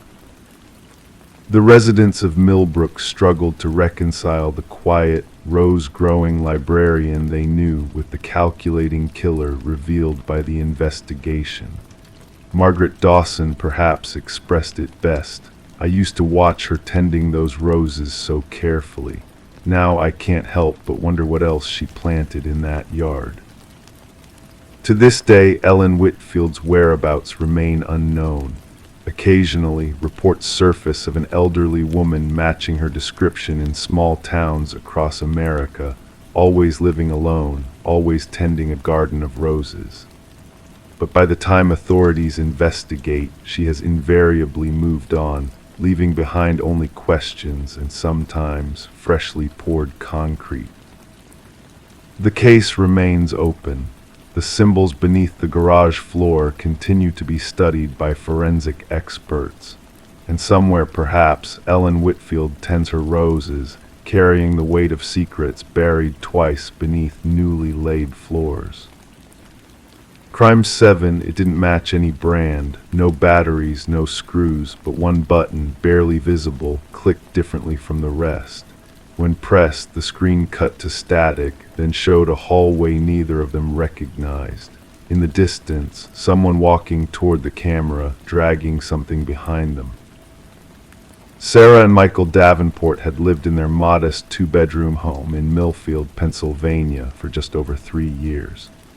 Like many couples in their early 30s, they had established comfortable routines, Michael teaching high school physics, Sarah working remotely as a graphic designer. Their neighborhood was unremarkable in the most comforting of ways, tree-lined streets, well-kept lawns, and neighbors who waved but rarely intruded. The remote appeared on their coffee table on a Tuesday evening in November 2018. Michael noticed it first, picking it up with mild curiosity while Sarah was in the kitchen preparing dinner. "Did you buy a universal remote?" he called out, turning the sleek black device over in his hands. It was heavier than it looked, with a matte finish that didn't reflect light quite right. Sarah walked in, wiping her hands on a kitchen towel. "No, where did you find that?" "It was just sitting here on the coffee table," Michael replied, pressing a few buttons experimentally. "Nothing happened. Weird, maybe it came with something we ordered." Sarah shrugged and returned to the kitchen. Michael set the remote back on the table, momentarily forgetting about it as they settled into their evening routine, dinner, dishes, then an hour of television before bed. It wasn't until Friday night that Michael discovered the hidden button. He'd been examining the strange remote again, idly pressing combinations of buttons while half-watching a documentary. His thumbnail caught on a nearly imperceptible seam on the side of the device. When he pressed it, there was a distinct mechanical click, different from the soft rubber buttons on the front. The television screen immediately went black, then filled with static. Both Michael and Sarah jumped slightly at the sudden noise. "What did you do?" Sarah asked, looking up from her laptop. "I don't know," Michael answered, his finger still hovering over the hidden button. "I just pressed this thing on the side and—" The static cleared. The screen now showed a dimly lit hallway with peeling wallpaper and scuffed wooden floors. The image was grainy but clear enough to make out details. A series of closed doors along the left wall, framed photos hanging at irregular intervals, and at the far end, a figure standing motionless. "Is this some kind of streaming channel?" Sarah asked, moving closer to the television. Michael shook his head slowly. "I don't think so. I've never seen anything like this." They watched in uneasy silence as the distant figure began to move, walking slowly toward the camera. It appeared to be dragging something heavy behind it, something that left a dark smear on the wooden floor. "Turn it off," Sarah whispered. Michael pressed the power button on their regular remote. Nothing happened. He tried the strange remote, pressing every button, including the hidden one again. The image remained, the figure drawing steadily closer. Finally, Michael stood up and physically unplugged the television. The screen went dark. That night, neither of them slept well. Sarah dreamed of long hallways with doors that wouldn't open. Michael kept seeing the dark smear on the wooden floor, his mind filling in unspeakable details. The next morning, over coffee, Michael suggested throwing the remote away. Sarah agreed immediately. He wrapped it in a plastic bag and buried it at the bottom of the kitchen trash. By afternoon, they had nearly convinced themselves it had been some strange glitch or crossed signal with another device. Detective Alina Reese received the missing persons report from Michael and Sarah Davenport on November 15, 2018, 5 days after their last confirmed contact with anyone. It was Sarah's mother who first raised the alarm when her daughter missed their weekly Sunday phone call and didn't respond to repeated messages. When Detective Reese entered the Davenport home with a search warrant, she found everything in order, almost too perfectly so. The house was immaculately clean, dishes washed and put away, laundry folded, beds made. Their cars were both in the garage. Their phones were charging side by side on the kitchen counter. Their wallets, keys, and identification remained untouched. The only unusual element was the television in the living room. It had been unplugged, yet somehow it was warm to the touch, as if it had been running recently. When the forensic team plugged it back in to check for any stored information, the screen displayed only static. In the following weeks, Detective Reese conducted dozens of interviews. Neighbors reported nothing unusual. Colleagues described both Michael and Sarah as reliable, well-liked people with no enemies or serious problems. Their financial records showed no suspicious activity. Their internet search history revealed nothing concerning, though tech specialists noted an unusual gap in activity during the 48 hours before their disappearance, almost as if all data had been carefully erased. 1 month into the investigation, a potentially significant piece of evidence emerged. A neighbor's security camera had captured a brief glimpse of the Davenports' living room window at 2:17 a.m. on the night they disappeared. For approximately 8 seconds, the window glowed with a flickering light consistent with a television screen. In the enhanced footage, forensic video analysts noted what appeared to be a long corridor displayed on the screen. Detective Reese's case notes from December 18, 2018 contained a curious detail that was later redacted from official reports. During her fourth search of the Davenport home, she discovered a small, matte black object wedged between the cushions of the living room sofa. It was approximately the size and shape of a television remote, but had no visible manufacturer markings or battery compartment. When she attempted to photograph it, her digital camera malfunctioned. When she reached for her phone to take a picture instead, she couldn't find the object again despite emptying the entire sofa onto the floor. 6 months after the disappearance, the case remained open but inactive. Missing persons flyers with the Davenport smiling faces gradually weathered and tore away from community bulletin boards. Their families maintained a small but dedicated social media campaign seeking information. In July 2019, the home was finally cleared for sale. The real estate agent hired to list the property reported finding a single, unexplained item during the final walkthrough. An unmarked black remote control sitting perfectly centered on the coffee table in the living room. Thinking it belonged to the television that had been removed during the estate sale, she placed it in a box of miscellaneous items for donation. 3 days later, the real estate agent was reported missing. Her car was found in the driveway of the Davenport home, which remained empty and unsold. Detective Reese, who had been transferred to another precinct, requested to be brought back onto the case. Her request was denied. However, she took a week of personal leave and returned to Millfield on her own time. She obtained permission from the property manager to enter the Davenport house one last time. What she found was a perfectly ordinary, empty home. No remote control on the coffee table. No sign of struggle or forced entry.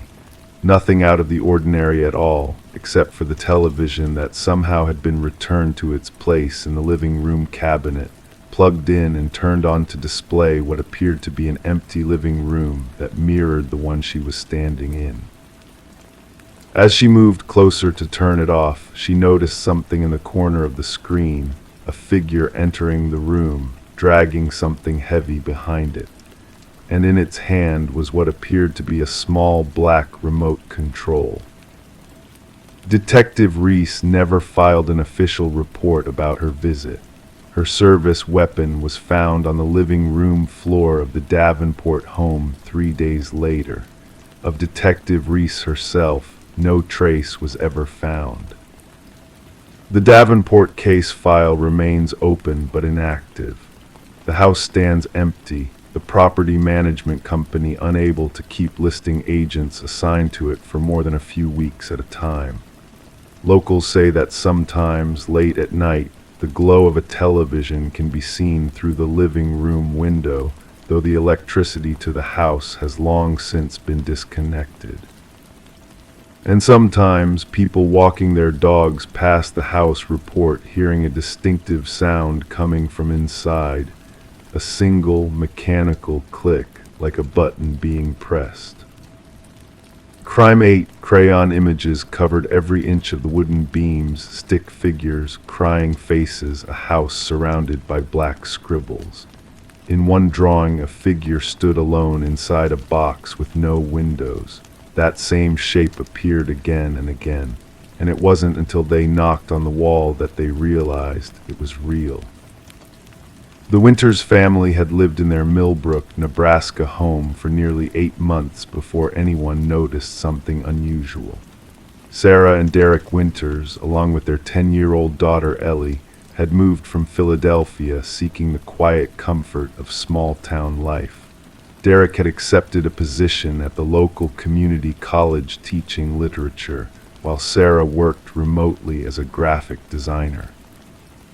The Victorian-style house, built in 1912, had been a steal at the price, a fact that would later haunt them. Sarah often described Ellie as sensitive. The child had always been quieter than her peers, prone to long periods of solitude and introspection. She collected odd items, feathers, smooth stones, discarded bottle caps, arranging them in careful patterns across her bedroom floor. When they first moved to Millbrook, Ellie's behavior seemed to improve. The nightmares that had plagued her in Philadelphia subsided. She began speaking more at dinner, even making a friend at school named Mia. It was mid-October when things began to change. Ellie started sleeping poorly again. Dark circles formed beneath her eyes, and she became increasingly withdrawn. When questioned, she would only say that she heard breathing at night, a sound she insisted came from inside the walls. Sarah and Derek attributed this to the natural settling of an old house and the wind that whistled through the eaves during autumn storms. "There's someone in the walls, Mom," Ellie insisted one morning over untouched scrambled eggs. "I hear them scratching. They want to talk to me." Derek took to inspecting the house each evening before bed, checking closets and windows, hoping to ease his daughter's fears. Sarah scheduled an appointment with a child psychologist in Lincoln, the nearest city with specialized care. The first available appointment was 3 weeks away. On November 3rd, Ellie didn't come down for breakfast. Sarah found her daughter's bed empty, the covers pulled back as if she'd risen normally. What wasn't normal was the open window, curtains billowing in the cold morning air. A search of the yard and neighborhood revealed nothing. By noon, the Millbrook Police Department had been called. Officer Renee Davis took their statement, her eyes lingering on the framed family photos that lined the mantel. "Has Ellie ever run away before?" she asked, pen poised above her notepad. "Never," Derek's voice cracked. "She's shy, cautious. She wouldn't just leave." "Any arguments recently? Problems at school?" Sarah shook her head. "Nothing unusual. She's been having nightmares, talking about sounds in the walls, but nothing that would make her run away." Officer Davis nodded slowly. "Old houses make all kinds of noises. My sister's place in Omaha, you'd swear someone was walking upstairs when everyone's asleep." But the search for Ellie continued. Neighbors formed groups to comb through nearby woods. The school principal organized a candlelight vigil. Local news picked up the story, and soon Ellie's school photo, a serious-faced girl with dark braids and hesitant smile, appeared on regional broadcasts. 5 days after her disappearance, they found Ellie's sketchbook wedged beneath her bed. The most recent drawings showed the same image repeatedly, their house with what appeared to be a small figure trapped inside the walls. One particular sketch showed their basement with an arrow pointing to an area behind the water heater. Derek went down alone that evening, flashlight in hand. The basement was partially finished, with a concrete floor and wood-paneled walls installed by the previous owners. Behind the water heater, he noticed a section of paneling that didn't quite match the rest. His fingers found the edge, and the section moved slightly under pressure. When Derek called down Sarah, they together removed the loose panel to reveal a narrow crawlspace extending deep into darkness. The beam of Derek's flashlight illuminated what appeared to be old wooden support beams, every inch covered in crayon drawings, stick figures, houses, and boxes with people inside them. "These aren't Ellie's," Sarah whispered, her hand trembling as she touched one of the drawings. "They're old. Look how yellowed the paper is." Derek called Officer Davis, who arrived with 2 additional officers. They photographed the crawlspace before venturing further inside. The narrow passage extended approximately 15 feet, widening into a small chamber roughly 4 by 6 feet. The officers' flashlights revealed more drawings and, most disturbingly, evidence that someone had been living there. A soiled blanket, empty food wrappers, and a plastic bottle containing what appeared to be urine. "No sign of your daughter," Officer Davis reported when she emerged, dust clinging to her uniform. "But someone's been in there recently." The investigation intensified. Records showed that the house had been vacant for nearly 2 years before the Winters purchased it. The previous owners, an elderly couple named Richard and Marion Carlson, had moved to Arizona after Richard's retirement. When contacted, they expressed shock about the crawlspace, insisting they had known nothing about it during their 17 years in the home. A deeper search into the property records revealed a troubling history. In 1994, a family named the Merricks had lived there. Their 8-year-old son, Taylor, had disappeared without a trace that summer. The case had gone cold after months without leads.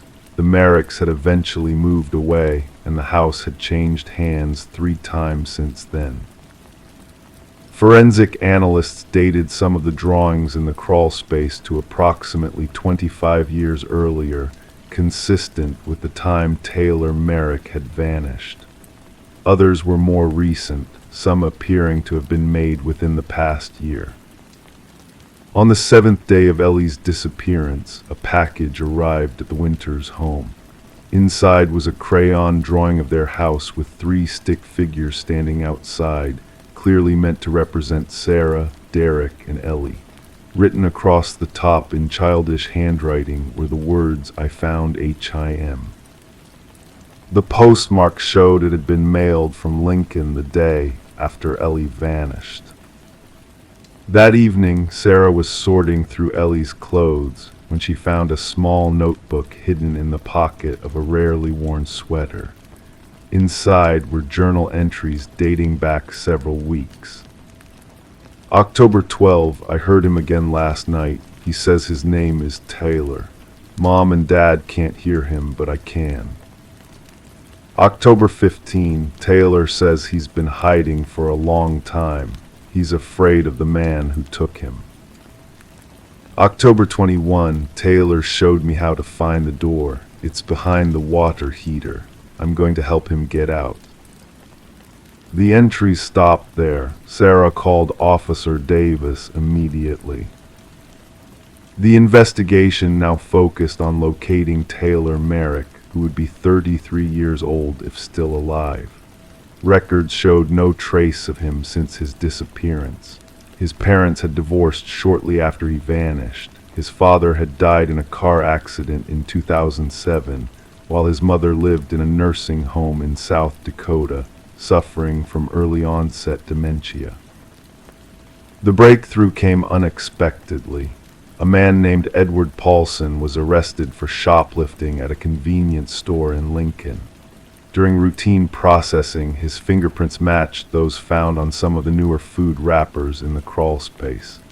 Paulson, 48, had been a maintenance worker at the Winters' house during the brief period it had been converted to apartments in the early 1990s before the Merricks purchased it. When questioned about Ellie, Paulson initially denied any knowledge of her whereabouts, but when presented with evidence from the crawl space, his demeanor changed. He began speaking about the children who could hear the walls talking and how he saved them from the voices. A search of Paulson's small apartment in Lincoln revealed a hidden room, accessible only through a panel in the back of a closet. Inside, they found Ellie Winters, physically unharmed but emotionally traumatized. The walls of the hidden room were covered with drawings, some by Ellie, others much older and signed Taylor. Ellie later told investigators in halting sentences during carefully conducted interviews that Paulson had approached her one night as she examined the crawl space. He had told her he knew where Taylor was, that he could take her to him. She had gone willingly, believing she was on a rescue mission. Paulson was charged with kidnapping, false imprisonment, and following further investigation, the murder of Taylor Merrick. Remains found buried in the woods behind a property Paulson had owned in the 1990s were later identified through DNA testing as those of the long-missing boy. The Winters family moved away from Millbrook 3 months later. Ellie began seeing a trauma specialist and slowly showed signs of recovery. She no longer drew houses with figures trapped inside walls, but she kept one drawing pinned above her new bed, a simple sketch of 2 children holding hands under a bright sun. The Victorian house in Millbrook remained vacant. Local real estate agents found it difficult to sell, even at reduced prices. Those who toured it often commented on the strange feeling they experienced in the basement, as if the walls themselves were watching. And behind the new panel that had been installed to cover the entrance to the crawl space, unseen by human eyes, a new drawing had somehow appeared, a stick figure of a man with a large smile, arms stretched wide, waiting. Some wounds never fully heal, some stories never truly end, and in the quiet town of Millbrook, Nebraska, locals still speak in hushed tones about the house where the walls contain secrets best left undisturbed. Crime 9, when the fabric split, white tags spilled out, thousands of them, all with different names and sizes. Some were crisp and new, others were stained, torn, or burned. In the cushion's center, a Polaroid had been sewn into the foam. It showed a group of children standing outside the house, but no one remembered taking the photo.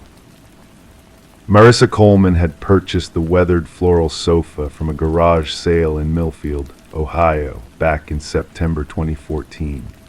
A single mother of 2 boys, she had been looking for affordable furniture for their new rental home on Sycamore Street. The previous owners, an elderly couple named the Porters, had mentioned they were downsizing to move into assisted living. The sofa cost Marissa just $35, a steal, she had thought at the time. For 3 years, the Coleman family lived with that sofa.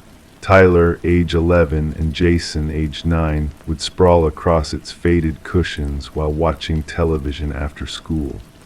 Marissa would often fall asleep on it after working double shifts at the local diner. The sofa was nothing remarkable, a dated floral pattern with wooden feet that occasionally wobbled. Yet it became the center of their modest living room, a silent witness to birthday celebrations, holiday gatherings, and ordinary Tuesday evenings. On a humid evening in July 2017, as Marissa was vacuuming beneath the sofa's cushions, she noticed something peculiar. The left corner of the middle cushion had begun to split along its seam. Annoyed but not surprised given the sofa's age, she flipped the cushion over and continued cleaning. That's when she noticed an unusual lump in the cushion's center. Something firm and rectangular was pressing against the fabric. "I thought maybe it was money," Marissa would later tell Detective Aaron Holloway. "You know, like in those stories where people find cash hidden in old furniture. For a split second, I imagined it might solve all our problems." It wasn't money. When Marissa peeled back the torn fabric, a cascade of small white tags spilled onto her carpet. Hundreds of them. Each bore a name, size, and garment type: women's dresses, men's shirts, children's pants. Some were pristine, others appeared damaged, as if someone had tried to destroy them but then changed their mind. Confused and increasingly disturbed, Marissa continued pulling at the fabric. That's when she found the Polaroid. The photograph had been carefully wrapped in plastic and sewn into the cushion's foam center. It showed 5 children, 3 boys and 2 girls, standing in front of a house. Their faces were solemn, their clothing outdated.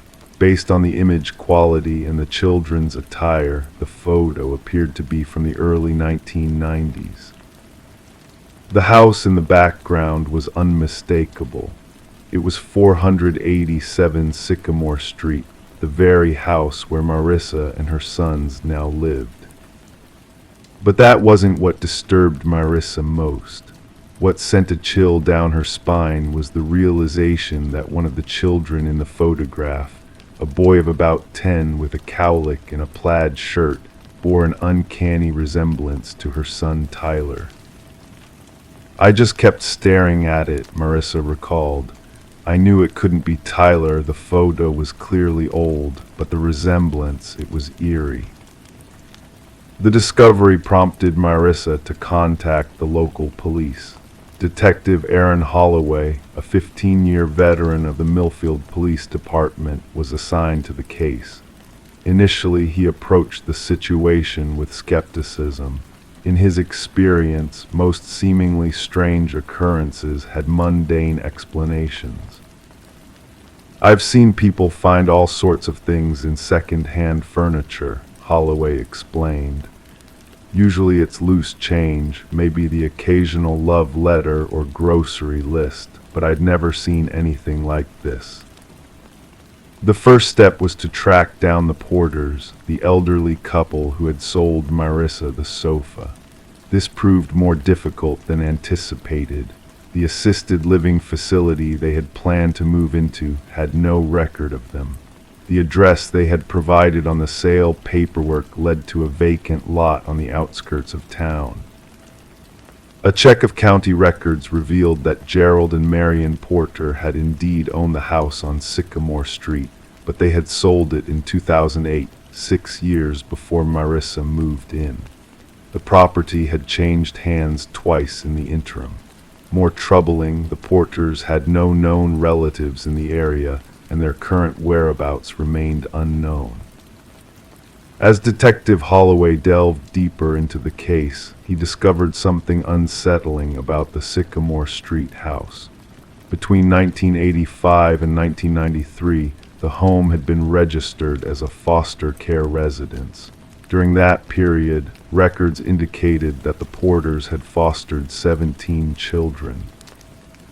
"The system was different back then," explained Carolyn Denton, a retired social worker who had supervised some of the Porter placements.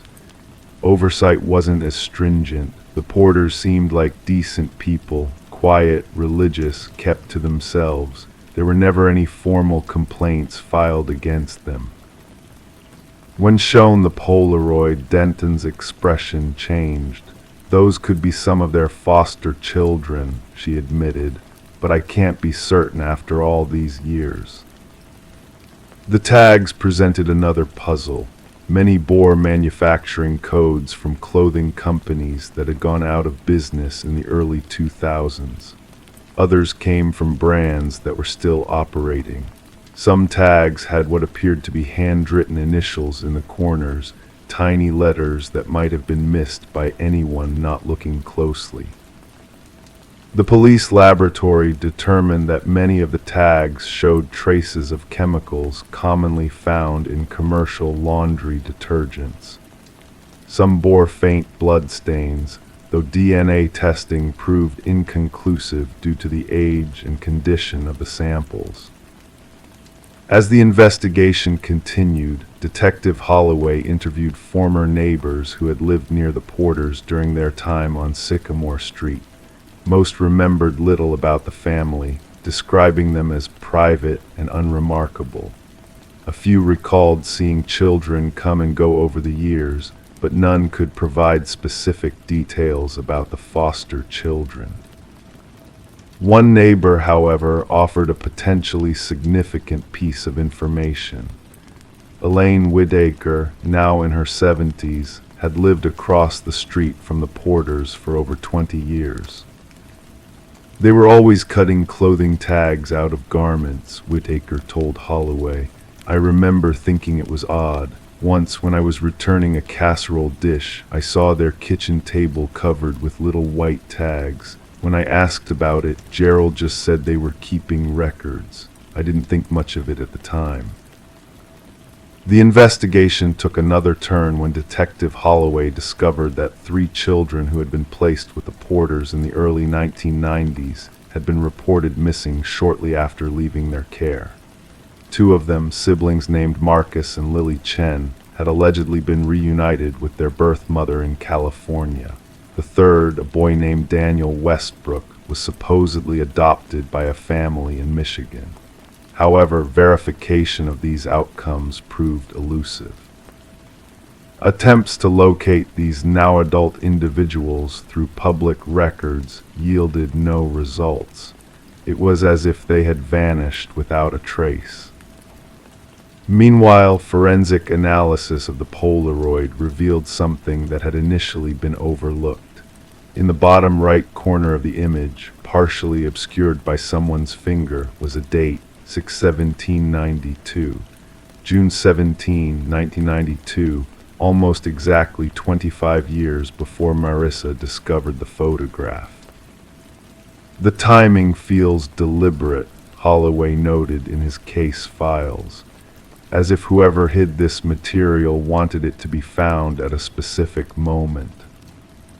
As the investigation progressed, more questions emerged than answers.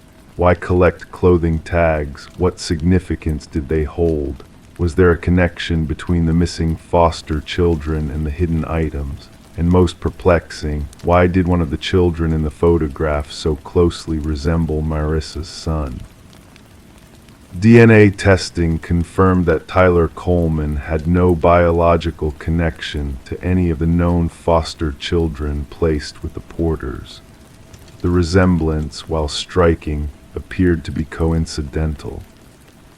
6 months into the investigation, Detective Holloway received an unexpected phone call. A woman identifying herself as Bethany Westbrook claimed to be the sister of Daniel Westbrook, one of the missing foster children. "I've been looking for my brother for 20 years, she told Holloway. "When I saw the news story about your investigation, I knew I had to contact you." According to Bethany, her brother Daniel had been placed with the Porters in 1991 after their mother's death. Bethany, being 18 at the time, had been considered an adult and was not part of the foster care system. She had visited Daniel several times at the Porter residence, but had grown concerned about his well-being. "He started acting differently," she explained, "more withdrawn. Once he showed me a box where he was keeping the tags from his clothing. He said Mr. Porter made all the kids do it, cut out their tags and turn them in. He said it was so they wouldn't forget who they were." Before Bethany could take her concerns to authorities, Daniel had supposedly been adopted. When she attempted to obtain information about his new family, she was told the records were sealed. Her subsequent efforts to locate him had been unsuccessful. Bethany identified her brother in the Polaroid, the boy with the cowlick who resembled Tyler Coleman. The investigation continued to uncover disturbing possibilities. Records indicated that Gerald Porter had worked as a janitor at a local textile factory until it closed in 1997. The factory had manufactured clothing for several major brands, including some represented in the collection of tags. As Detective Holloway pursued these leads, another unexpected development occurred. Anonymous packages began arriving at the police station, addressed to him. Each contained a single clothing tag and a typewritten note with cryptic messages such as "Remember 487" or "The children are in the walls." The case took on a new urgency when Marissa Coleman reported finding additional tags hidden throughout her home, sewn into the hems of curtains, tucked behind baseboards, sealed within the hollow spaces of door frames. Each discovery heightened her anxiety until finally she made the decision to move. "I can't stay here anymore," she told Holloway. "Every time I look at that sofa, every time I walk through this house, I feel like someone's watching, like the walls are full of secrets." In March 2018, 8 months after the initial discovery, the investigation reached a critical juncture. A former employee of the textile factory where Gerald Porter had worked came forward with information.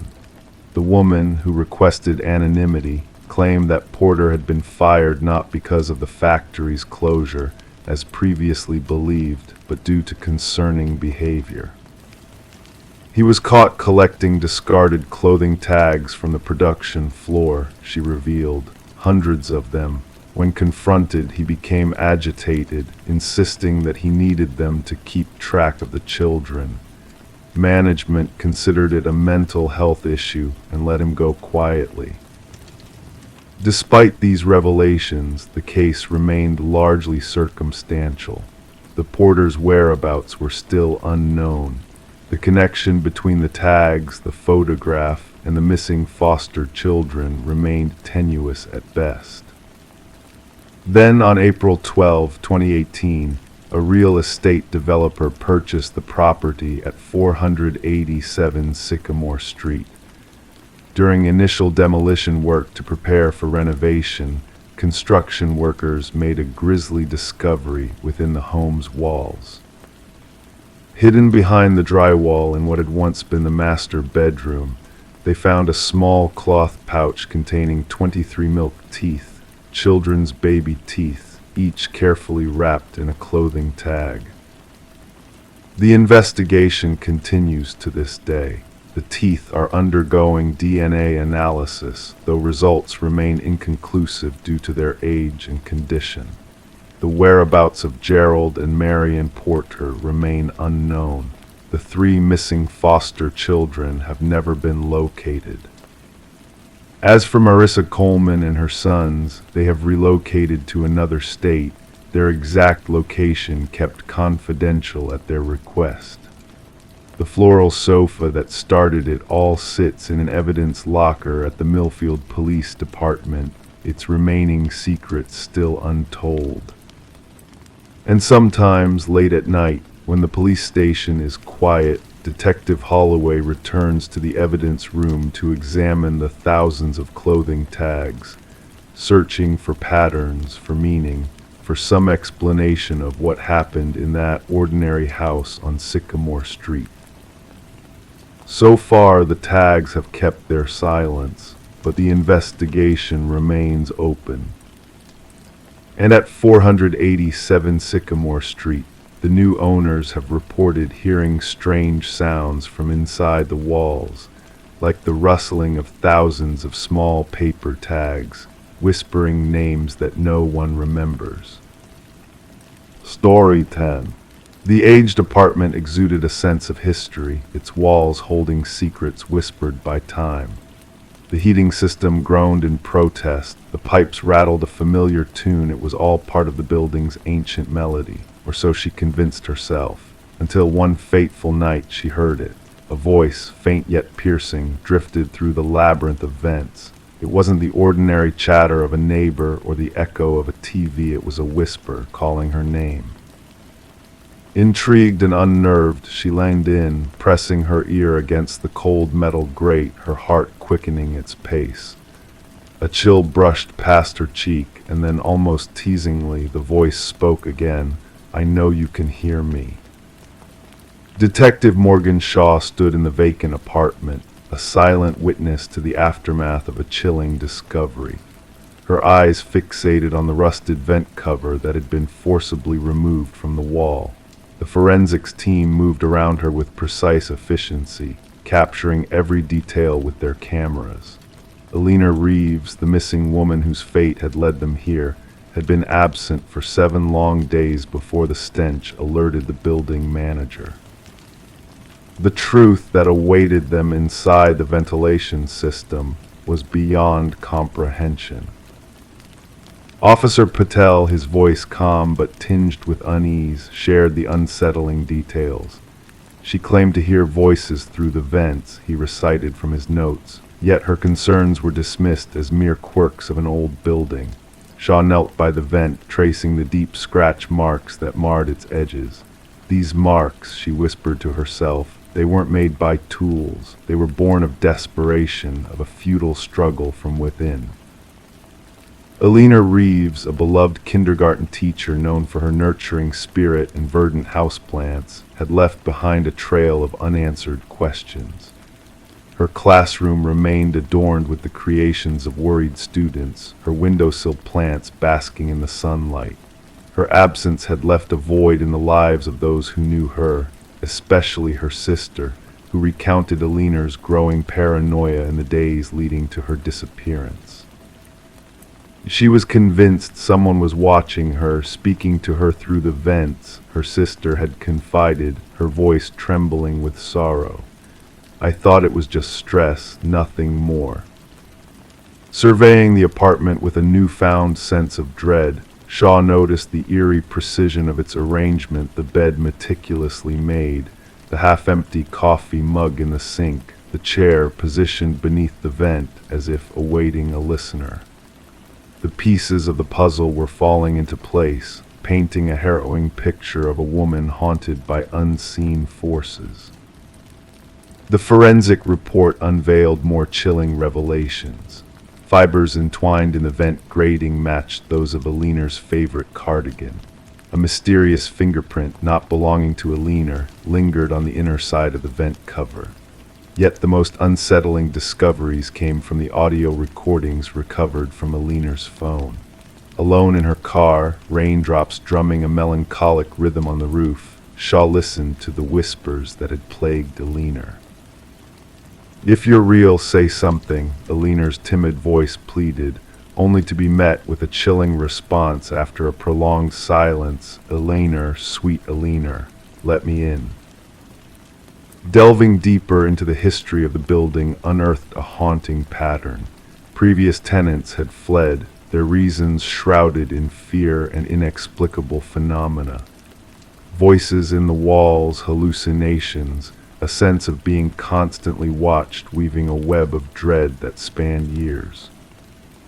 The building's superintendent, Harold Weber, emerged as a figure of interest, his demeanor shifting subtly when questioned about the occupants of apartment 4B. A veil of secrecy hung over his responses, a flicker of discomfort betraying his facade of indifference.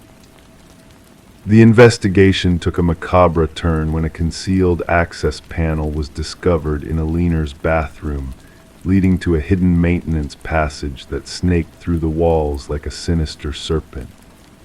Within this clandestine realm, a trove of belongings awaited discovery: a flashlight, a water bottle, food wrappers, a stark reminder of a presence lurking in the shadows, watching, waiting, whispering. A search of Weber's residence uncovered a chilling truth concealed behind a facade of normalcy. His computer held a trove of haunting recordings and voyeuristic images, meticulously cataloged by apartment number. Folder 4B housed a plethora of Aliner's intimate moments, captured without her knowledge. A digital diary chronicled Weber's delusional obsession, his desire to merge with his victims in a twisted dance of control and submission. The final blow came with the revelation of a storage unit rented under Weber's name, a shrine to his twisted conquests. Mementos from past tenants, preserved like relics of a dark religion, bore witness to his sinister obsession. Weber's arrest was met with a serene acceptance, his cryptic words to Shaw hinting at a deeper connection to the building itself, a bond forged in whispers and shadows. As the trial unfolded, the chilling truth of Weber's crimes came to light. His defense of insanity crumbled in the face of meticulous planning and predatory intent. The courtroom held its breath as the jury swiftly delivered a verdict of guilt on all counts, sealing Weber's fate. Yet his parting words to Shaw echoed in the silence, a stark reminder of the darkness that lurked within the walls. The apartment building now stands as a silent sentinel to the horrors that unfolded within its confines. Despite efforts to erase the past with fresh coats of paint and modern renovations, the whispers persist. Residents speak of strange sounds emanating from the vents, of ghostly murmurs that drift through the walls like echoes of a nightmare. The heating system groans its ancient lament, the pipes rattle in a haunting cadence. It's a tale they share in hushed tones, a story of a building that remembers, of whispers that never truly fade into silence. Story 11, the mysterious tale of the old box hidden in the attic, unfurled like a whispered secret in the dead of night. Covered in layers of dust and forgotten treasures, it held a collection of faded Polaroids, each a fragment of time frozen in sepia hues. Birthdays, family gatherings, the usual tapestry of memories until the final photo emerged, shrouded in an eerie silence. In that snapshot, amidst the familiarity of her living room, a family unknown to her sat frozen in a moment of joy. A woman with sunlit hair, a man with thick-rimmed glasses, and two children, their smiles genuine but their eyes unaware of the lurking presence in the shadows, a man, tall and enigmatic, watching from the hallway. Rebecca's fingertips trembled as she beheld the spectral figure, a shiver dancing down her spine like a ghostly caress. Descending the creaking stairs, she carried the photograph to the harsh light of her kitchen, where the lines between reality and the unknown blurred. Enter Detective Morgan, a figure of silent strength cloaked in a weathered leather jacket, his eyes piercing the veil of mystery that enveloped the photograph. With practiced hands, he traced the edges of the Polaroid, delving into the enigma that had tainted Rebecca's newfound home. As the investigation unfolded, the past unraveled its threads, weaving a tapestry of vanished families, each residing in the house for precisely 1 year before disappearing into the shadows of history. The Sutherlands, the Crawfords, the Mornos, all swallowed by the house's insatiable hunger for lives. Forensic whispers dated the photo to 15 years prior, revealing a sinister truth hidden in the stillness of the captured moment. The figure in the hallway, a specter of the past, stood as a sentinel of dread, his identity a shadowed enigma that led to the heart of the mystery. Beneath the house's concrete embrace, a grim tableau awaited discovery, preserved remnants of those lost to time, their fate sealed in the earth's silent embrace. Among the relics, a camera whispered tales of vanished smiles and unseen eyes watching from the dark corners of memory. As the investigation delved deeper, a hidden chamber in the attic unveiled the chilling truth, a diary of obsessions, a cot cloaked in shadows, and a cryptic message hinting at Rebecca's own perilous proximity to the unseen watcher. Retreating to a sanctuary of flickering hotel lights, Rebecca found no solace as the night whispered its secrets through the static of a call, the mechanical click of a camera capturing her fear in monochrome echoes. The house, now a sentinel of forgotten horrors, stands as a silent witness to the enigma of Samuel Whitfield, a specter of the past whose legacy lingers in the unseen gaze of photographs yet to be developed. In the darkness where shadows dance with memory, new families unknowingly tread the path of those lost to the house's hunger.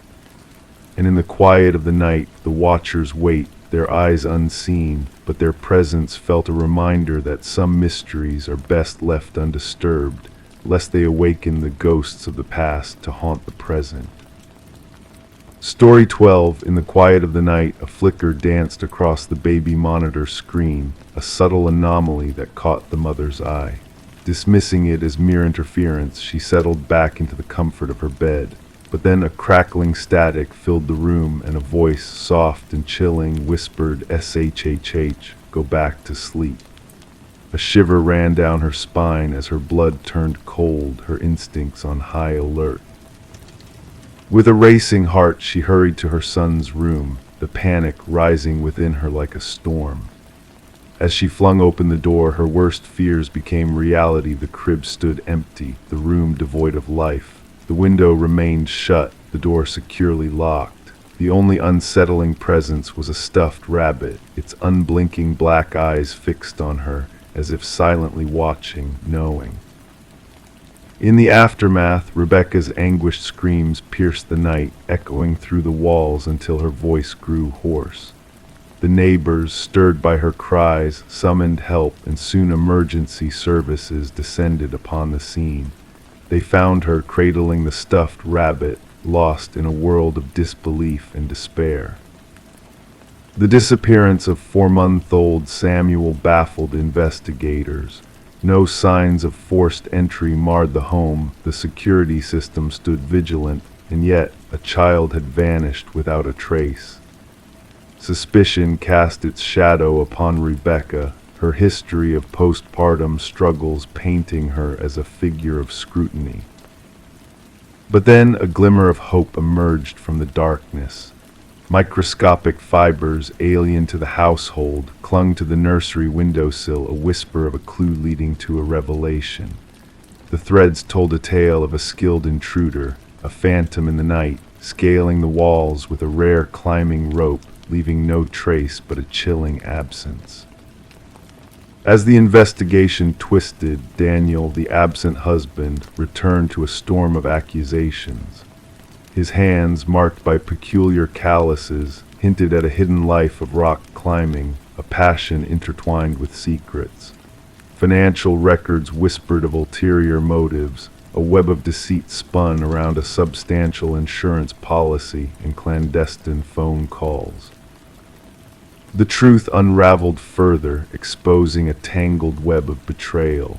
A second family hidden in the shadows, a past intertwined with loss and longing. Elaine, a ghost from the past, emerged as the orchestrator of the night's horrors, driven by a grief that knew no bounds. In a basement shrouded in shadows, Samuel was found, cradled by the arms of the woman who had orchestrated his disappearance.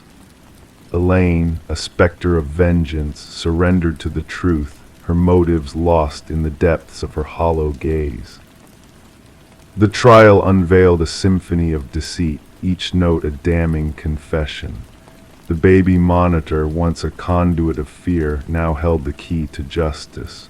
The whispered voice, the static hum, all pieces of a puzzle that led to a reckoning. As the courtroom hushed, the enhanced audio echoed through the halls, revealing the truth hidden in plain sight. Daniel's cough, a telltale echo of guilt, sealed his fate alongside Elaine. Their conspiracy crumbled under the weight of undeniable proof. Rebecca and Samuel, scarred but resilient, sought solace in a new beginning, a life untangled from the web of lies. The stuffed rabbit, a silent witness to their ordeal, remained locked away, a reminder of the darkness that had once enveloped them. And so the night of whispers faded into memory, a cautionary tale of betrayal and redemption, a reminder that even in the stillness of the night, truth will always find its voice. Story 13. The wooden plank shifted beneath her weight, catching her attention with a subtle creak. Intrigued, she knelt down and traced the edges of the loose board, sensing the hidden void beneath. The floor, once seemingly solid, now whispered of secrets waiting to be uncovered. With gentle determination, she lifted the boards, revealing a shadowy, narrow space that lay concealed beneath her humble abode. Dust motes danced in the dim light, cobwebs shimmering like delicate lace. But there, in the midst of the darkness, lay a chilling discovery. A mattress, a solitary chair, and in the corner, a weathered notebook filled with haunting repetitions of her own name. Detective Morgan Reed observed silently as Sarah Coleman peered into the abyss beneath her newfound sanctuary. The fear etched in Sarah's gaze spoke of more than mere surprise. It echoed a deeper violation, a sinister intrusion into the sanctity of her new beginning. "Don't disturb anything," Detective Reed's voice rang out, a steady anchor in the midst of uncertainty. Her flashlight pierced the darkness, unveiling a collage of surveillance images adorning the walls, snapshots capturing Sarah's every move, a shrine of obsession hidden beneath her very feet. Sarah had acquired the quaint cottage from the estate of an elderly recluse named Walter Green, a man who had passed away with no kin to claim his legacy. The property, vacant for months, had seemed innocuous to all who crossed its threshold. The real estate gloss had painted it as charming and in need of minor touch-ups, omitting any hint of the chilling secrets lurking within. "I never met him," Sarah's voice trembled. "The previous owner, the neighbors said he kept to himself. I was told the basement access had been sealed off long ago. That's what the inspection report stated." As crime scene investigators descended upon the scene, their tools clattering against the wooden floors, they meticulously captured the hidden chamber's contents. The mattress, the chair, the notebook, all carefully documented as evidence. Forensic specialists uncovered a web of fingerprints, all belonging to the enigmatic Walter Green. Yet, what sent shivers down their spines was the revelation of Walter's meticulous timeline.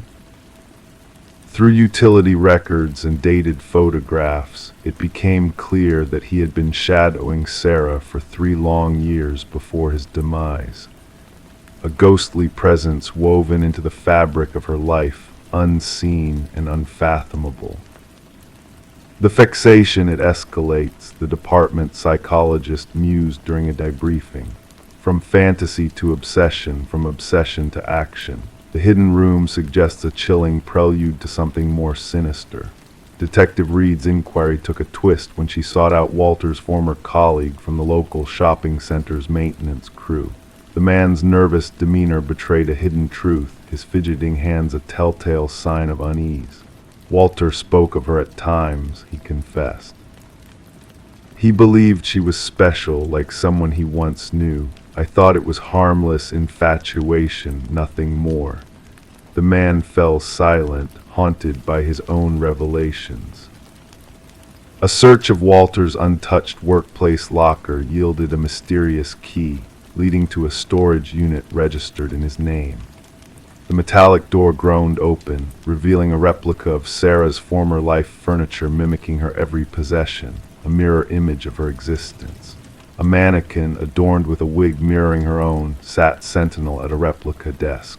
But the most chilling detail was the calendar, its pages marked with a date looming just 1 week after Walter's sudden demise. The word "together" scrawled across the circled day in crimson ink, a haunting echo of a deluded mind's final design. In Walter's youth, he had been institutionalized for an obsession with a teacher, diagnosed with erotomania, a distorted belief in a reciprocated love that defied reality. Released into the world, he had lived a quiet existence until Sarah unwittingly reignited his dormant fixation. Spread across the precinct's conference table, the evidence painted a portrait of a man driven by a twisted conviction of destiny. In his mind they were meant to be, Detective Reed murmured, gazing at the haunting images that told a story of silent obsession. Could she have crossed paths with him unknowingly? A fellow detective pondered. Reed's reply was a solemn shake of the head.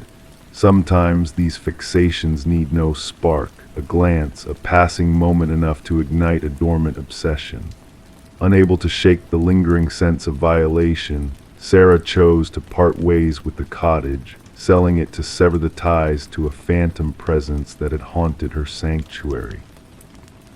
As she bid farewell to the home, standing in its empty confines with arms wrapped protectively around herself, she whispered, "What if I hadn't discovered the hidden truth? How long would I have lived in unaware proximity to his gaze, to his dark intentions?" Walter's demise marked the end of an investigation labeled as stalking with intent, a sinister dance that never reached its foreboding crescendo. Sarah, now a distant figure in a new locale, altered her routines, shielded her privacy, a silent survivor of a close call with fate. Detective Reed, a silent guardian in the shadows, occasionally checked in on her, a wordless vigil against the specter of what could have been. The cottage passed into new hands, oblivious to the phantoms that once dwelled beneath its floorboards.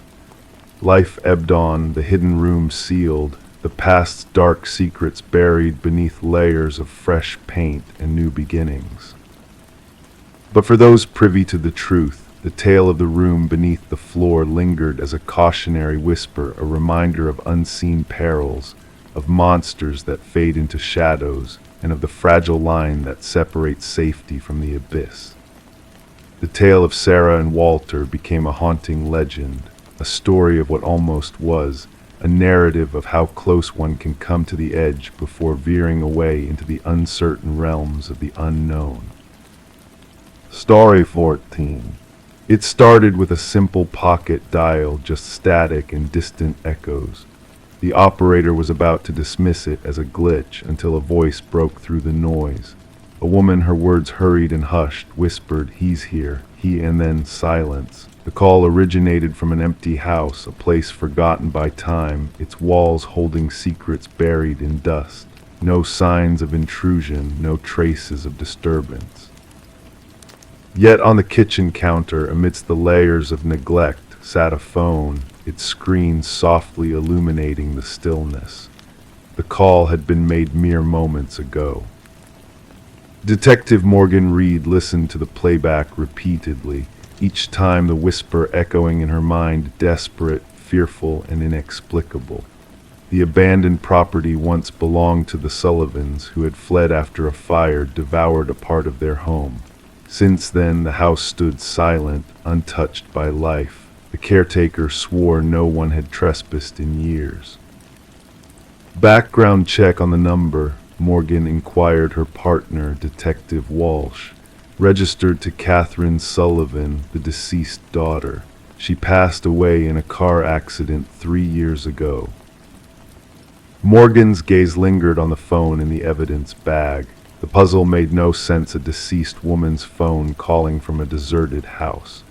The dust around the phone seemed disturbed only beneath its exact placement, almost as if it had materialized out of thin air. The forensic team's search yielded no clear answers. No identifiable fingerprints on the phone, only smudges too faint to trace. No footprints leading in or out, no hints of a break-in. The recording, a mere 11 seconds of static, breaths, and 5 chilling words, became the focal point of their inquiry.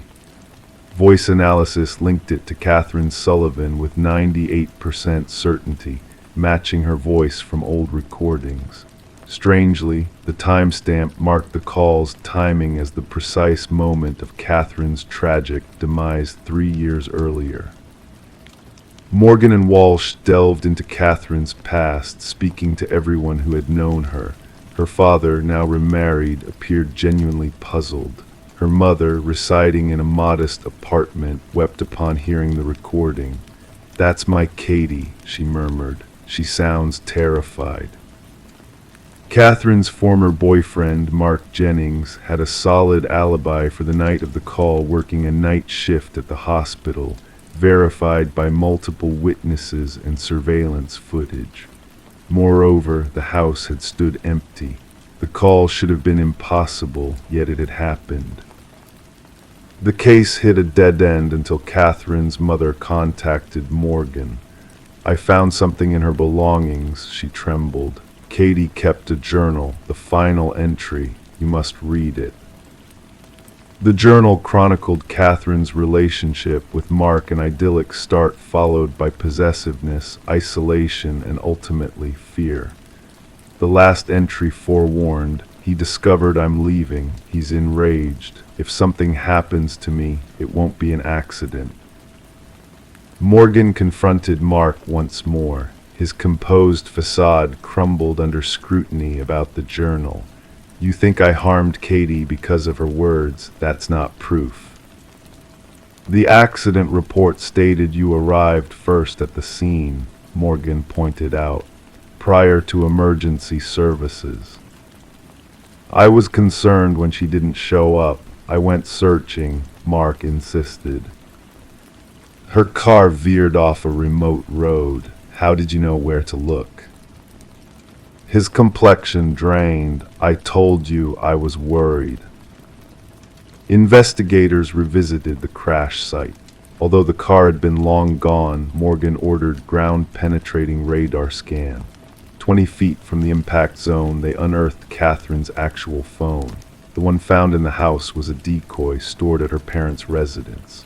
Analysis of the buried phone unveiled deleted messages exchanged between Catherine and her sister on the fatal night. "Mark discovered I'm leaving him. He's tailing me in his car," followed by, "He's driving me off the road." Upon re-examination of Catherine's autopsy photos, the medical examiner noted injuries inconsistent with a mere crash. Defensive wounds on her hands, bruising patterns indicative of strangulation. When the authorities arrived to apprehend Mark, he had vanished.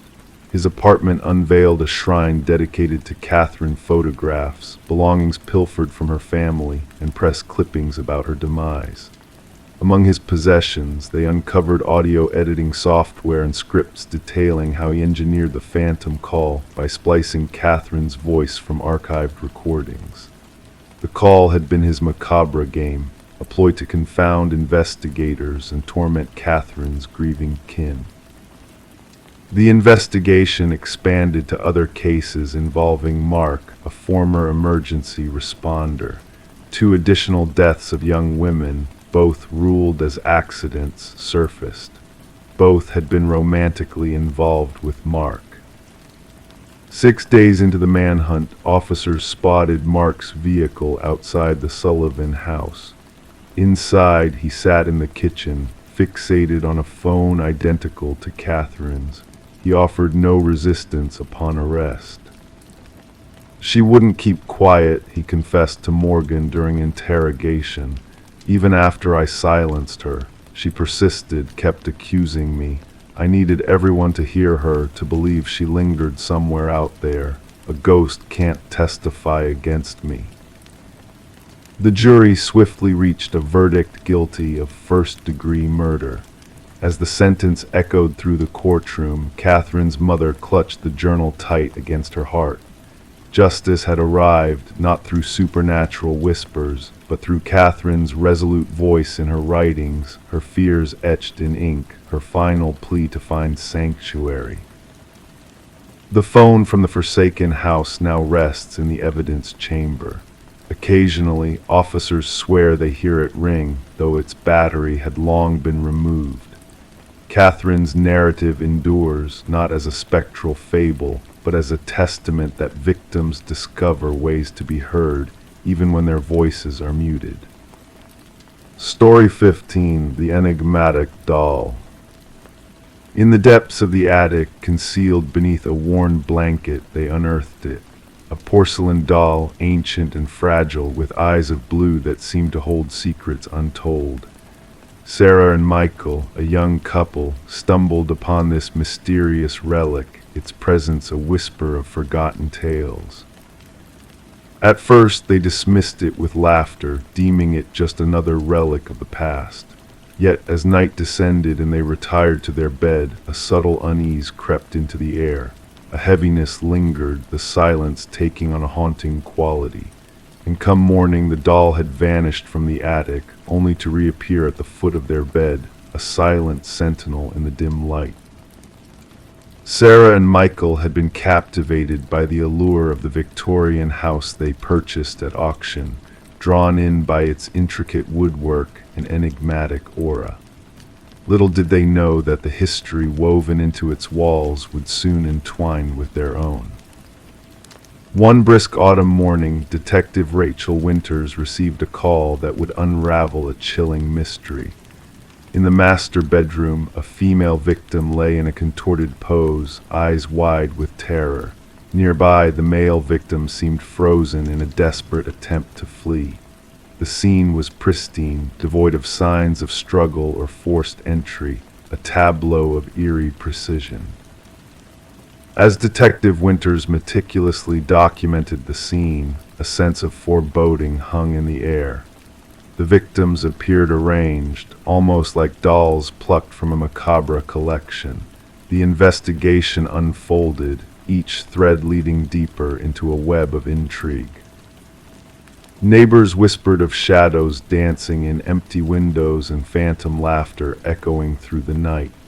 The forensic team uncovered traces of vintage fabrics, reminiscent of doll clothing, scattered throughout the house.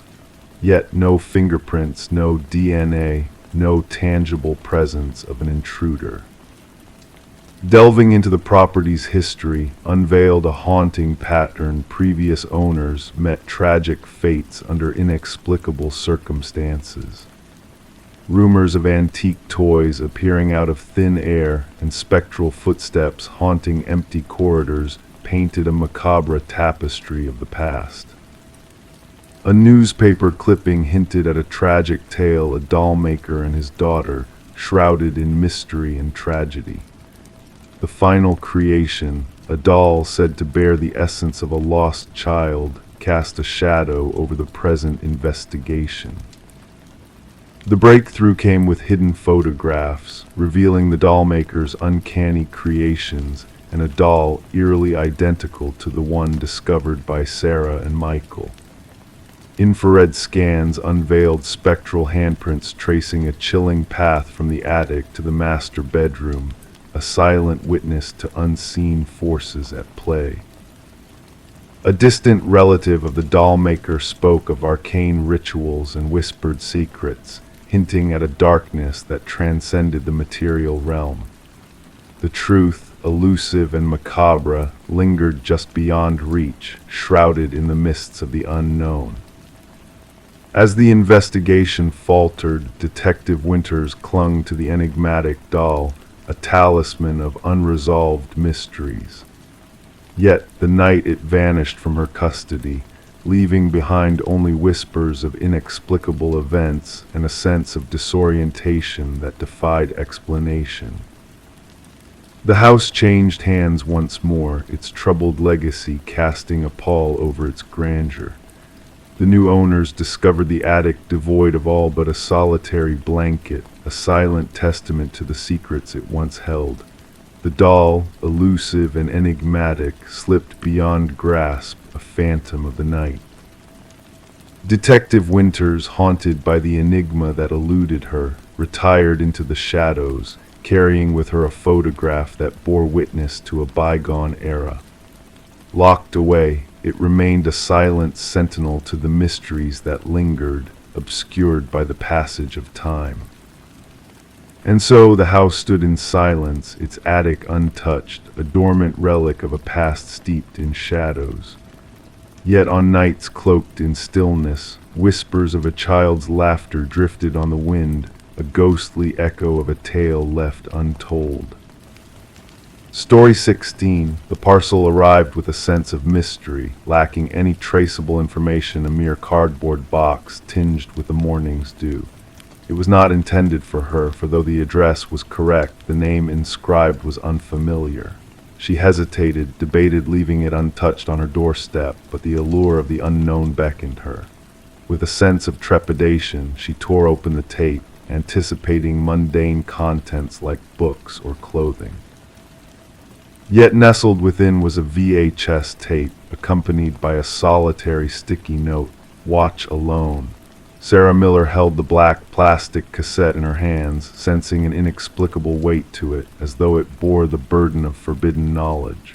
Her fingertips grazed the weathered edges, feeling the imperfections etched into the plastic casing. The note, with its urgent handwriting, hinted at secrets waiting to be unveiled. Amidst the backdrop of a tranquil suburban neighborhood, Sarah found herself enveloped in a world of ordinary sounds: a distant dog's bark, the laughter of children playing nearby, the drone of a lawnmower in the distance. Unbeknownst to the outside world, a silent enigma had just crossed her threshold. Bringing the package inside, she placed it on her kitchen counter, uncertainty gnawing at her mind. The name Daniel Whitaker held no significance in her memory. Having resided in the house for years, she had never encountered mail addressed to him. The previous occupants, the Johnsons, had bid farewell long ago, leaving behind no trace of a Daniel Whitaker. Curiosity wrestled with unease as she eyed her VCR, a relic of nostalgia gathering dust. There was an inexplicable pull to the tape, a mystery cloaked in worn plastic. Against her better judgment, Sarah inserted the tape into the machine. Initially, static danced across the screen, gradually sharpening into focus. A dimly lit room materialized, illuminated by a solitary lamp. The camera angle hinted at haste, capturing a man seated in a wooden chair, his features shrouded in shadow. My name is Daniel Whitaker. His voice resounded, quiet yet resolute. If you're watching this, someone has found you, and they will find me too. Leaning forward, his weary countenance emerged from the darkness, eyes haunted, stubble adorning his face, hair unkempt. I am innocent. I need you to believe that. They planted evidence against me, my fingerprints, my DNA, though I never laid a hand on her. As he adjusted the camera, the stark surroundings of his temporary abode came into view: bare walls, minimal furnishings, the refuge of a man on the brink of flight. They framed me, Daniel continued, desperation seeping into his words. The authorities will claim I knew the victim, that we quarreled, that witnesses heard us in conflict. None of it is true. I only saw Catherine Walsh's face on the news after her death. His voice wavered, murdered in her own home, and yet my DNA was inexplicably present at the crime scene. Detective Eliza Ramirez scrutinized the VHS tape before her, the fifth to surface with the same haunting message from Daniel Whitaker, a man accused of Catherine Walsh's murder, who had vanished without a trace. The initial simplicity of the Walsh case had unraveled with the emergence of these tapes, casting doubt on established truths. Ramirez found herself entangled in a web of deceit and hidden agendas. As the investigation deepened, a startling revelation emerged: Catherine Walsh's involvement in a whistleblower case against PharmaCorp, a pharmaceutical giant entangled in a web of corruption. Walsh had stumbled upon damning evidence of data manipulation in clinical trials, exposing the company's deceit. The pieces of the puzzle began to align, painting a picture of corporate malfeasance and calculated betrayal. Sarah Miller's world was upturned once more with the arrival of a second package, laden with incriminating documents implicating PharmaCorp in a cover-up. As Ramirez connected with other recipients of the mysterious tapes, a pattern emerged, revealing Daniel Whitaker's role as a pawn in a sinister game of manipulation. The tide turned when Sarah noticed a crucial detail in her copy of the tape, a reflection hinting at a hidden location. Teaming up with Ramirez, they uncovered a storage unit holding the key to unraveling the conspiracy. Daniel Whitaker's journal, Catherine Walsh's evidence, and a meticulously crafted scheme to frame him, all laid bare within the confines of Unit 217. Justice, albeit unconventional, prevailed through the relentless pursuit of truth. Executives faced indictment, the head of security turned informant, and the tainted drug was pulled from consideration. Daniel Whitaker emerged from seclusion, a changed man bearing the scars of his ordeal. In a fleeting encounter with Sarah, he revealed the cryptic selection process that had brought the truth to light. The VHS tapes, now logged as evidence, stood as a testament to the power of curiosity and the unraveling of deception. In a world shrouded in shadows, sometimes it takes a curious soul to unearth the light of truth from the depths of obscurity. Story 17. The new homeowners found the old intercom system in their Victorian manor to be a peculiar relic, crackling with mysterious messages late at night.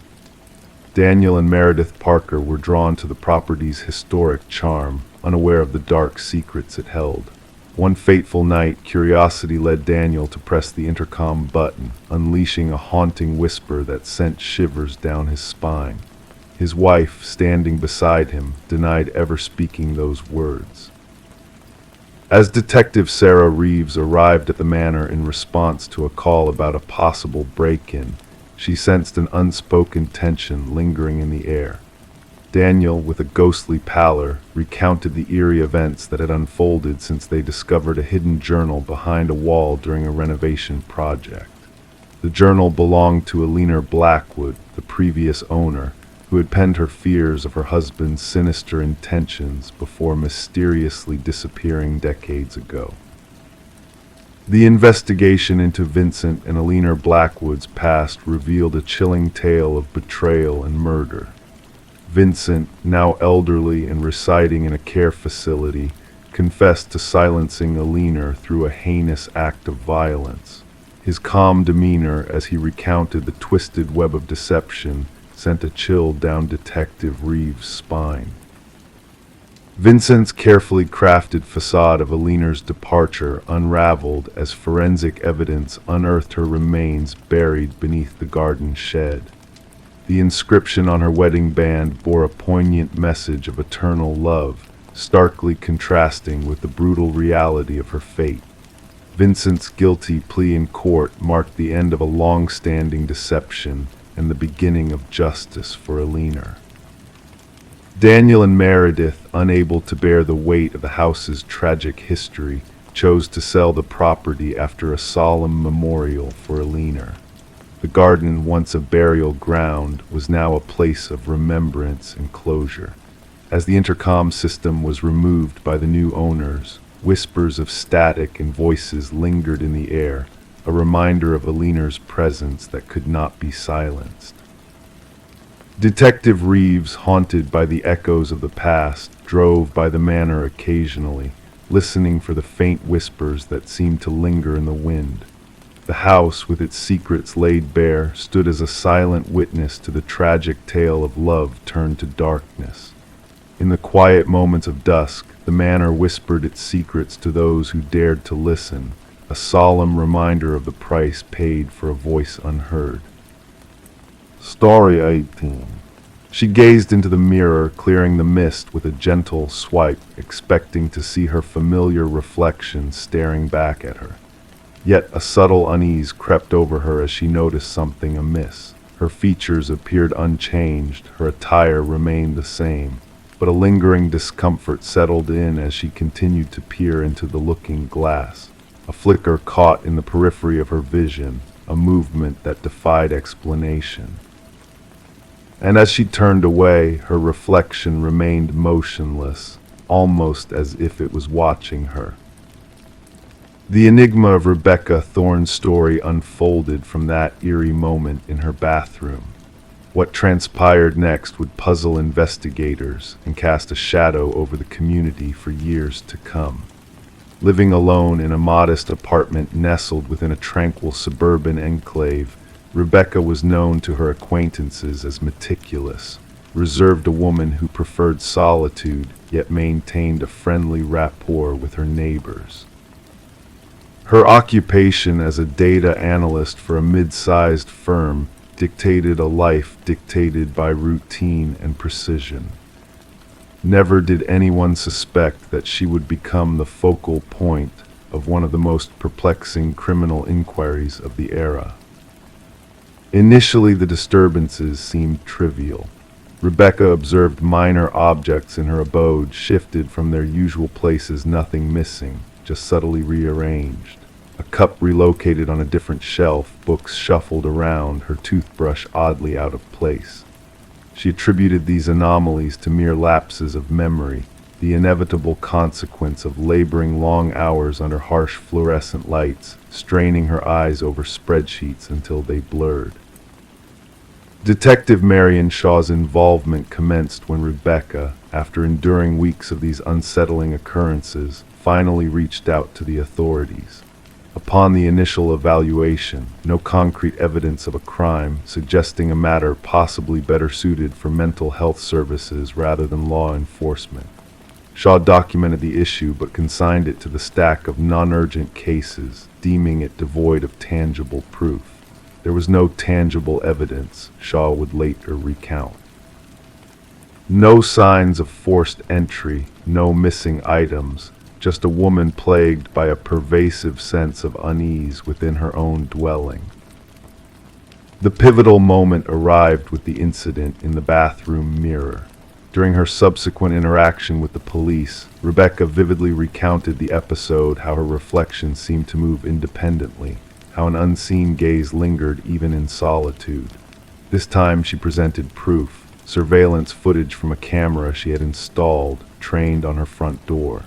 The recording unveiled a sight that sent a shiver down the spines of even the most seasoned officers. The grainy video captured Rebecca departing for work in the morning, followed by an identical figure using a key to access her residence 20 minutes later. Forensic experts scrutinized the footage for signs of tampering or digital manipulation, finding none. The intruder mimicked Rebecca's movements, attire, and even carried the same distinctive leather bag. However, the timestamp data from her workplace security system indicated that Rebecca had already swiped into her office building across town. "We are facing a doppelganger scenario," Detective Shaw informed her superior. "Someone who has meticulously studied Ms. Thorne and can replicate her with uncanny precision." The scrutiny escalated. Fingerprints within the apartment matched solely Rebecca's, devoid of any foreign DNA. Neighbors reported routine sightings of Rebecca, nothing out of the ordinary, just her usual comings and goings. Mrs. Keller, a neighbor, mentioned an encounter with Rebecca one evening where she received no acknowledgement, an anomaly she noted but did not find alarming. Rebecca commenced documenting these disturbances in a journal. Inexplicable alterations in her home accumulated. Food vanished from her refrigerator unaccounted for. Her computer displayed searches she had not initiated. Most unsettling were the photographs on her phone, self-portraits resembling her, yet taken without her recollection. In some images, her expression appeared subtly distorted, the smile too wide, the eyes too intense. "I fear I'm losing my grip on reality," she confided in Detective Shaw during their third meeting. "Or perhaps someone is intent on convincing me that I am." The breakthrough emerged when investigators discerned a pattern within the surveillance footage. The doppelganger only infiltrated when Rebecca departed for specific engagements, therapy sessions, yoga classes, Sunday morning grocery excursions, predetermined activities with foreseeable durations. "An individual well-versed in your routine," Shaw elaborated. "This is not happenstance. This is calculated surveillance and infiltration." A forensic psychologist posited that they were confronting a case of fixation, an individual fixated on assuming Rebecca's identity, perhaps intending to supplant her entirely. While rare, such occurrences were documented in psychological archives. The perpetrator typically suffered a psychological rupture, fixating on a target who embodied something they coveted: stability, beauty, success, normalcy. The investigation narrowed its focus following Rebecca's mention of a former coworker, Lily Winters, dismissed due to escalating erratic behavior. Lily had closely collaborated with Rebecca, often remarking on their resemblances. Post-dismissal, she sent Rebecca a series of disconcerting emails, one asserting, "We could be interchangeable. At times, I feel more like you than you do." Detective Shaw secured a warrant to scour Lily's domicile. The revelations therein transformed the case from disconcerting to nightmarish. A room within Lily's abode had been transformed into a shrine-like replica of Rebecca's bedroom. The walls adorned with photographs, countless snapshots of Rebecca entering her dwelling, shopping, socializing, all taken unbeknownst to her. A wardrobe housed precise duplicates of Rebecca's attire. Cosmetics mirroring Rebecca's preferred brands adorned a vanity, accompanied by meticulous notes detailing her gestures, speech patterns, and daily routines. Most damning were the practice videos. Lily had recorded herself imitating Rebecca's gait, mannerisms, expressions. The evolution was apparent: initial attempts clumsy and conspicuous, later iterations nearly indistinguishable from the authentic Rebecca. "She aspired to become me," Rebecca murmured upon witnessing the evidence. "Not merely imitate, but obliterate me." Technicians unearthed sophisticated equipment for crafting key duplicates and replicating electronic access cards. Lily had orchestrated an elaborate scheme to monitor Rebecca's movements, including a calendar forecasting her itinerary. The ultimate aim of Lily remained elusive. Journals discovered in her residence contained rambling entries that vacillated between first and third person, occasionally referring to Rebecca as me and her in the same paragraph. The conclusive entry sent a chill through investigators. Soon, only one of us will prevail. The stronger version will endure. Upon authorities moved to apprehend Lily, she had vanished. Clues of a hurried exit lingered in her domicile drawers ajar, certain technology absent. A nationwide alert was disseminated. Rebecca was relocated to a secure site under protective custody. Her previous life locations surveilled incessantly for 3 weeks. Lily failed to materialize.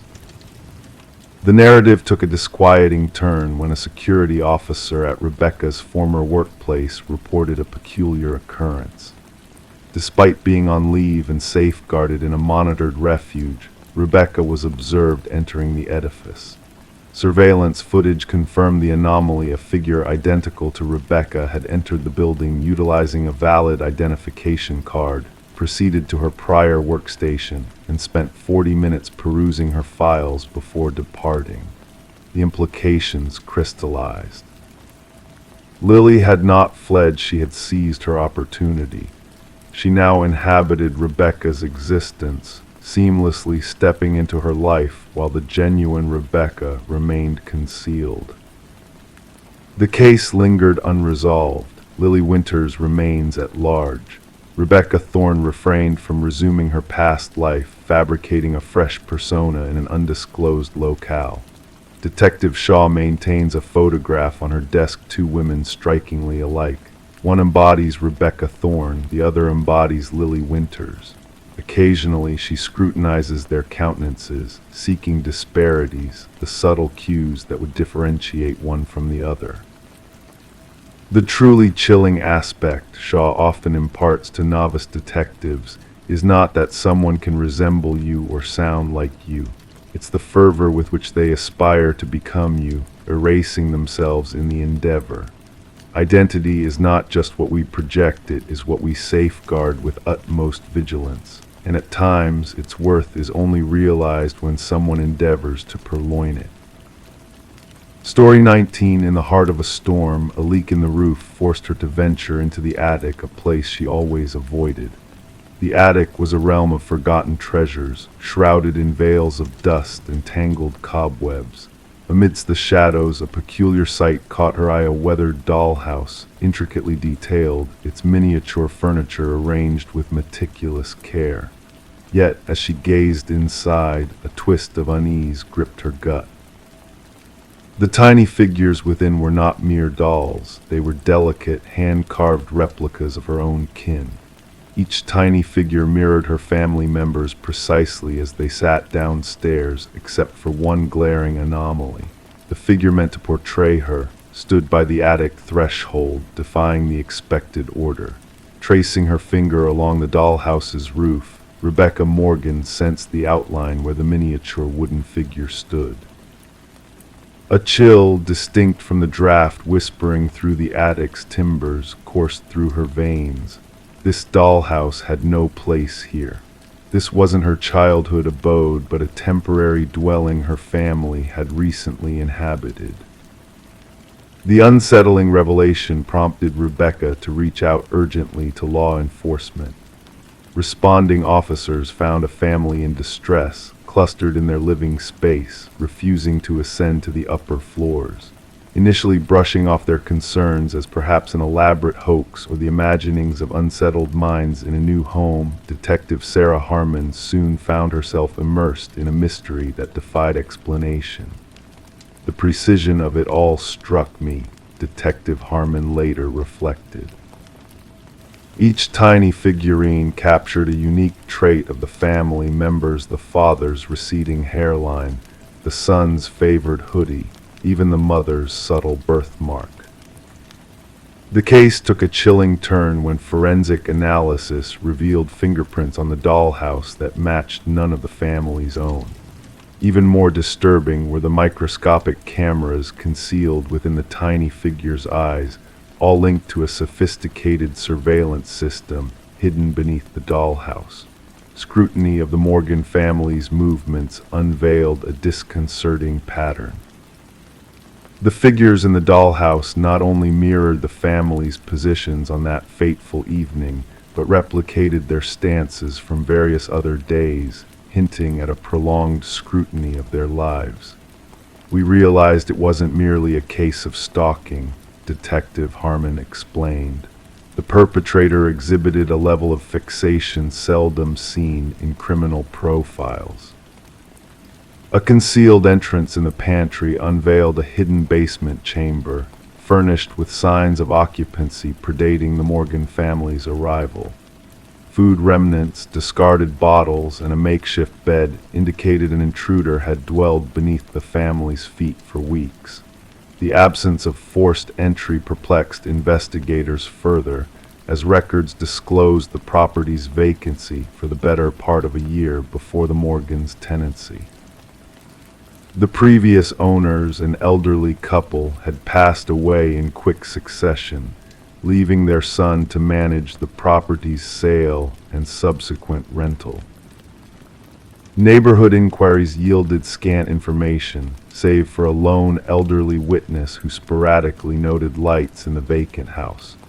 I assumed it was the real estate folks showing the place, she recounted to investigators.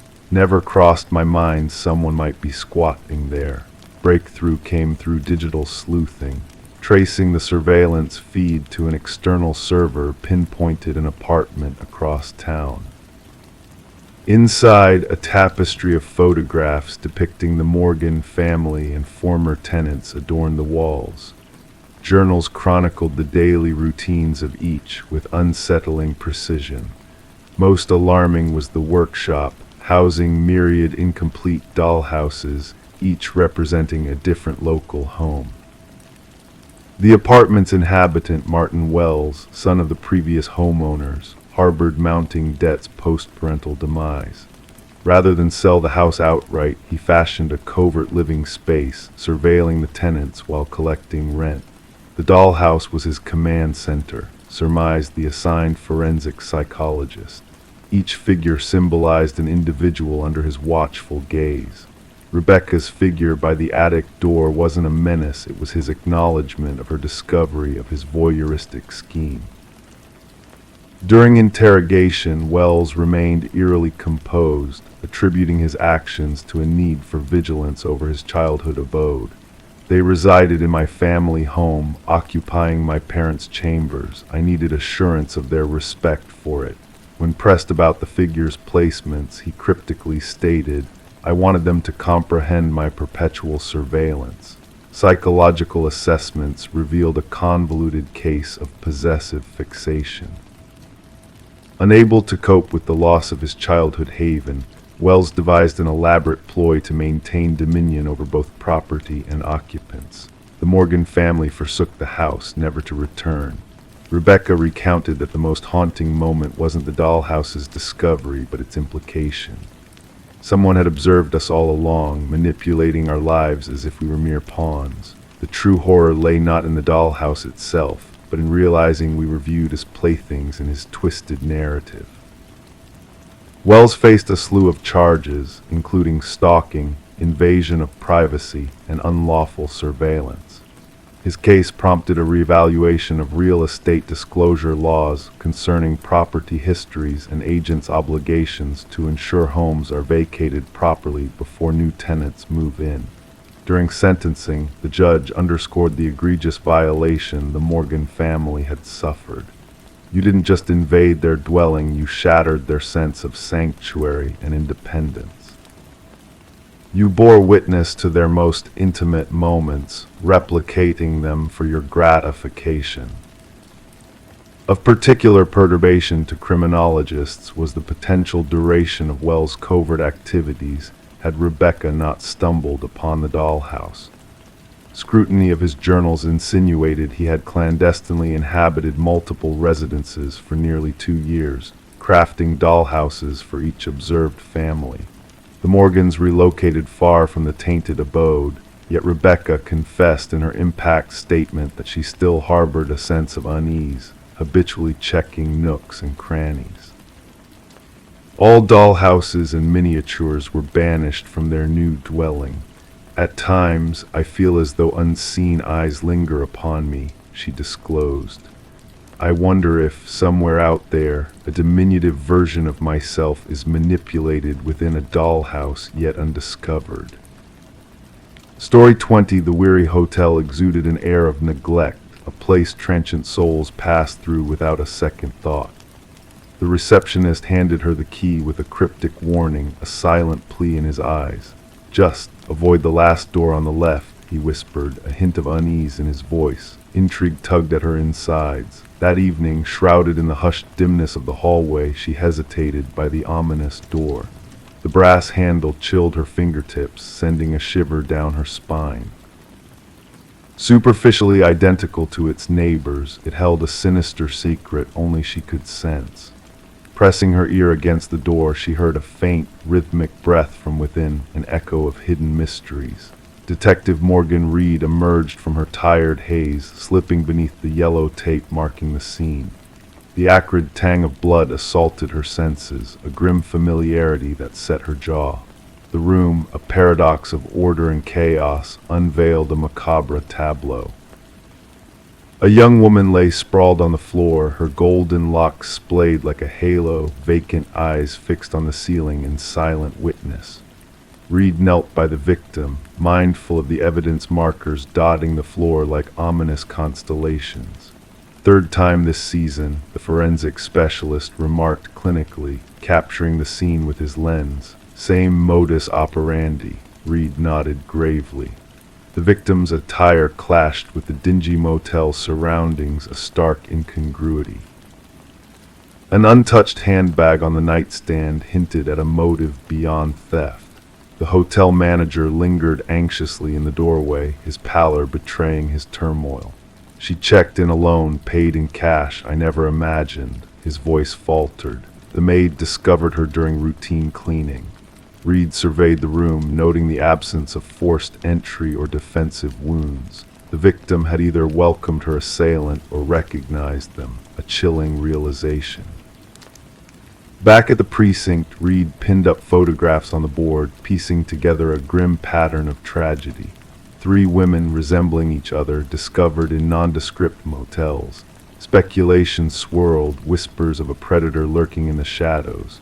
Autopsy reports in, Detective Hayes announced, dropping a file on Reed's desk. Cause of death, manual strangulation, no DNA under the victim's nails, no signs of sexual assault. Reed furrowed her brow. This was personal, a vendetta veiled in brutality. Days blurred into nights as the investigation deepened.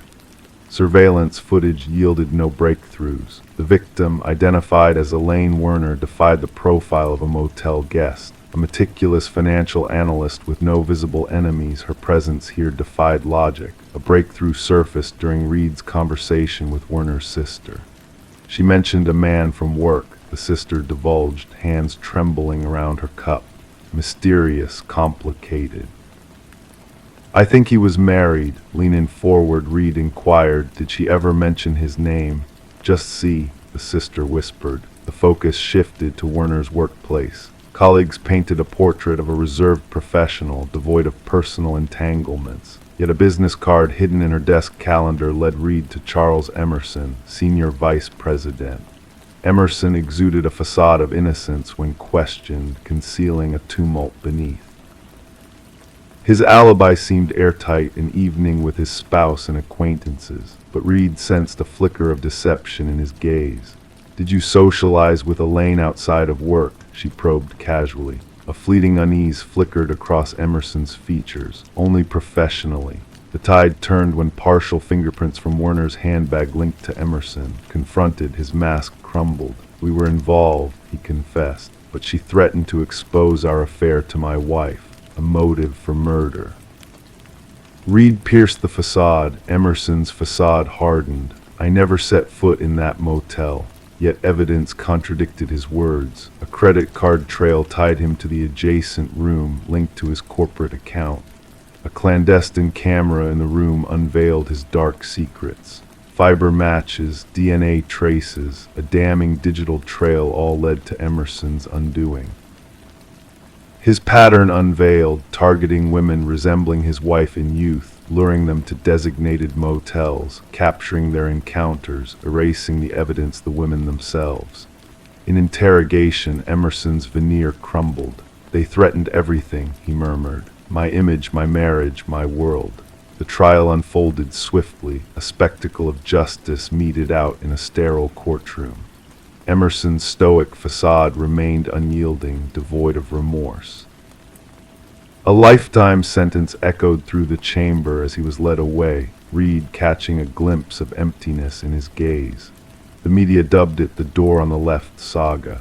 Psychologists dissected Emerson's psyche, armchair detectives unraveling the case's nuances, but for Reed, closure remained elusive. In hotel corridors, she found herself counting doors, pondering the secrets veiled behind them. In the evidence vault, 3 hotel keys rested, relics of a harrowing truth. A reminder that some doors, once opened, held horrors that could never be shut away. Story 21. The old Polaroid held secrets buried beneath layers of dust, a relic of a distant past.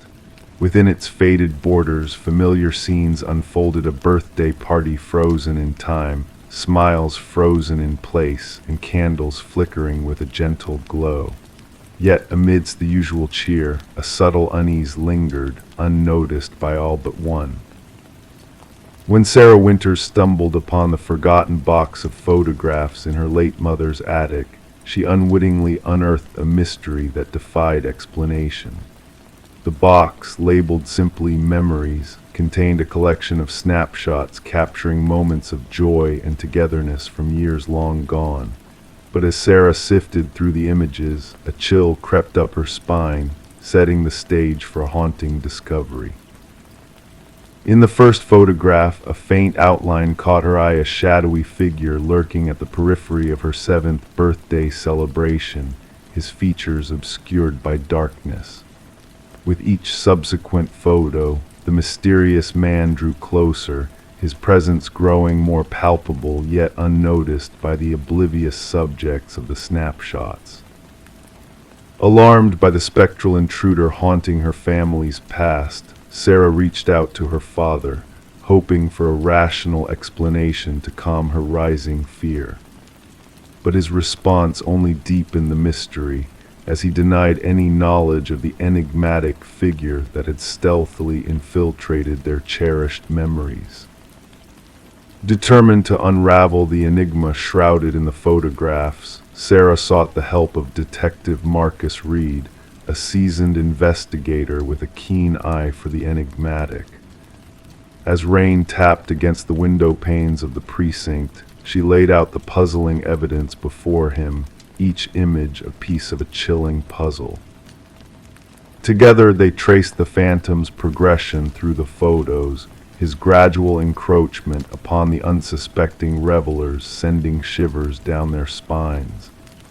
Despite their efforts to identify the mysterious figure, his elusive nature defied easy explanation, hinting at a sinister presence lurking just beyond the frame. With each new revelation, the case took a dark turn, uncovering a connection to unsolved disappearances that spanned decades. Through painstaking analysis and technological enhancements, the shadowy figure began to take shape, revealing a sinister past intertwined with tragedy and loss. As the pieces of the puzzle fell into place, a chilling truth emerged. The ghostly figure was none other than Robert Keller, a maintenance worker with a dark history of child abductions that had long haunted the region.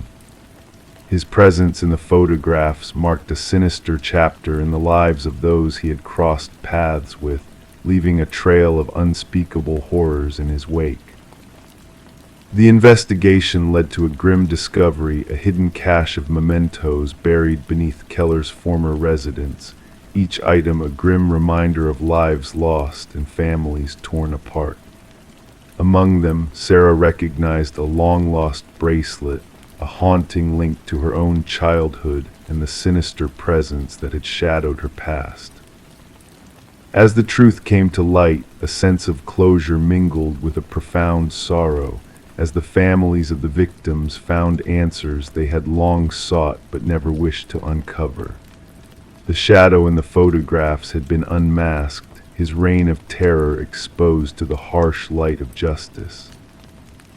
Alone in her apartment, Sarah gazed at the final birthday photo, the faces of her family frozen in time, a bittersweet reminder of moments lost to the shadows. And there in the background stood the figure of Robert Keller, a specter of darkness finally brought to justice, his legacy of fear and sorrow laid bare for all to see.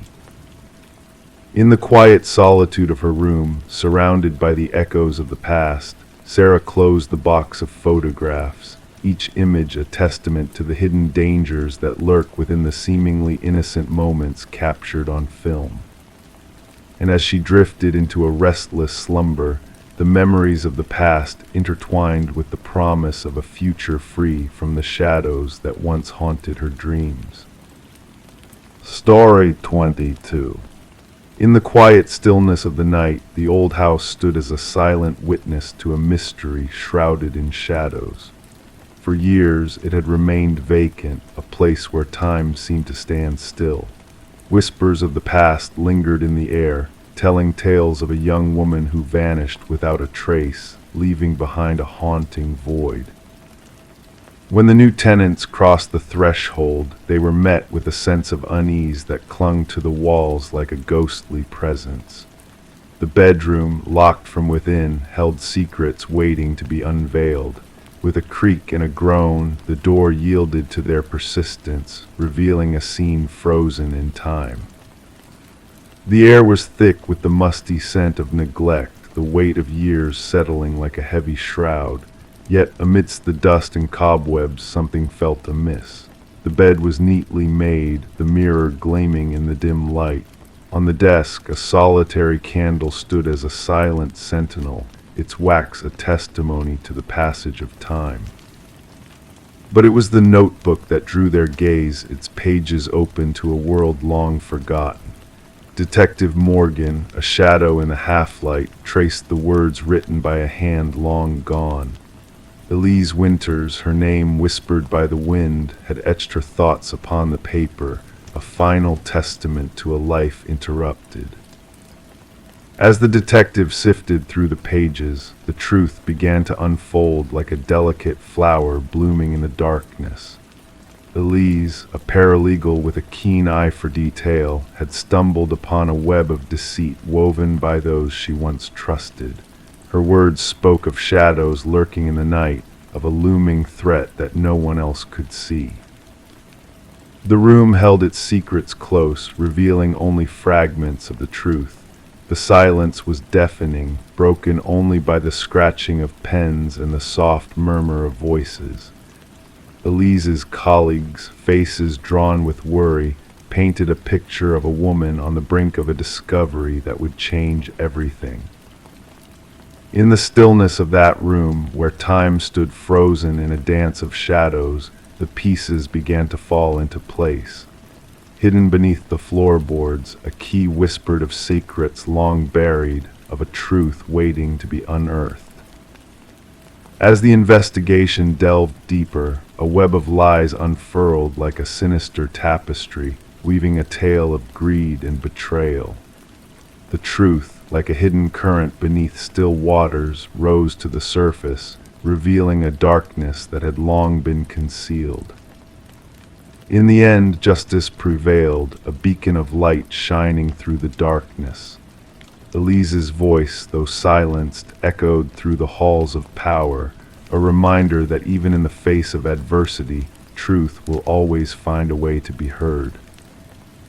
And so the house stood empty once more, a silent sentinel to the secrets it held within its walls. The whispers of the past lingered in the air, a reminder of a life lost but never forgotten. And as the night fell, casting its shadows over the world, the house stood as a testament to the enduring power of justice, a beacon of hope in a world shrouded in darkness. Story 23. The river flowed lazily that morning, its surface smooth as glass, reflecting the early light.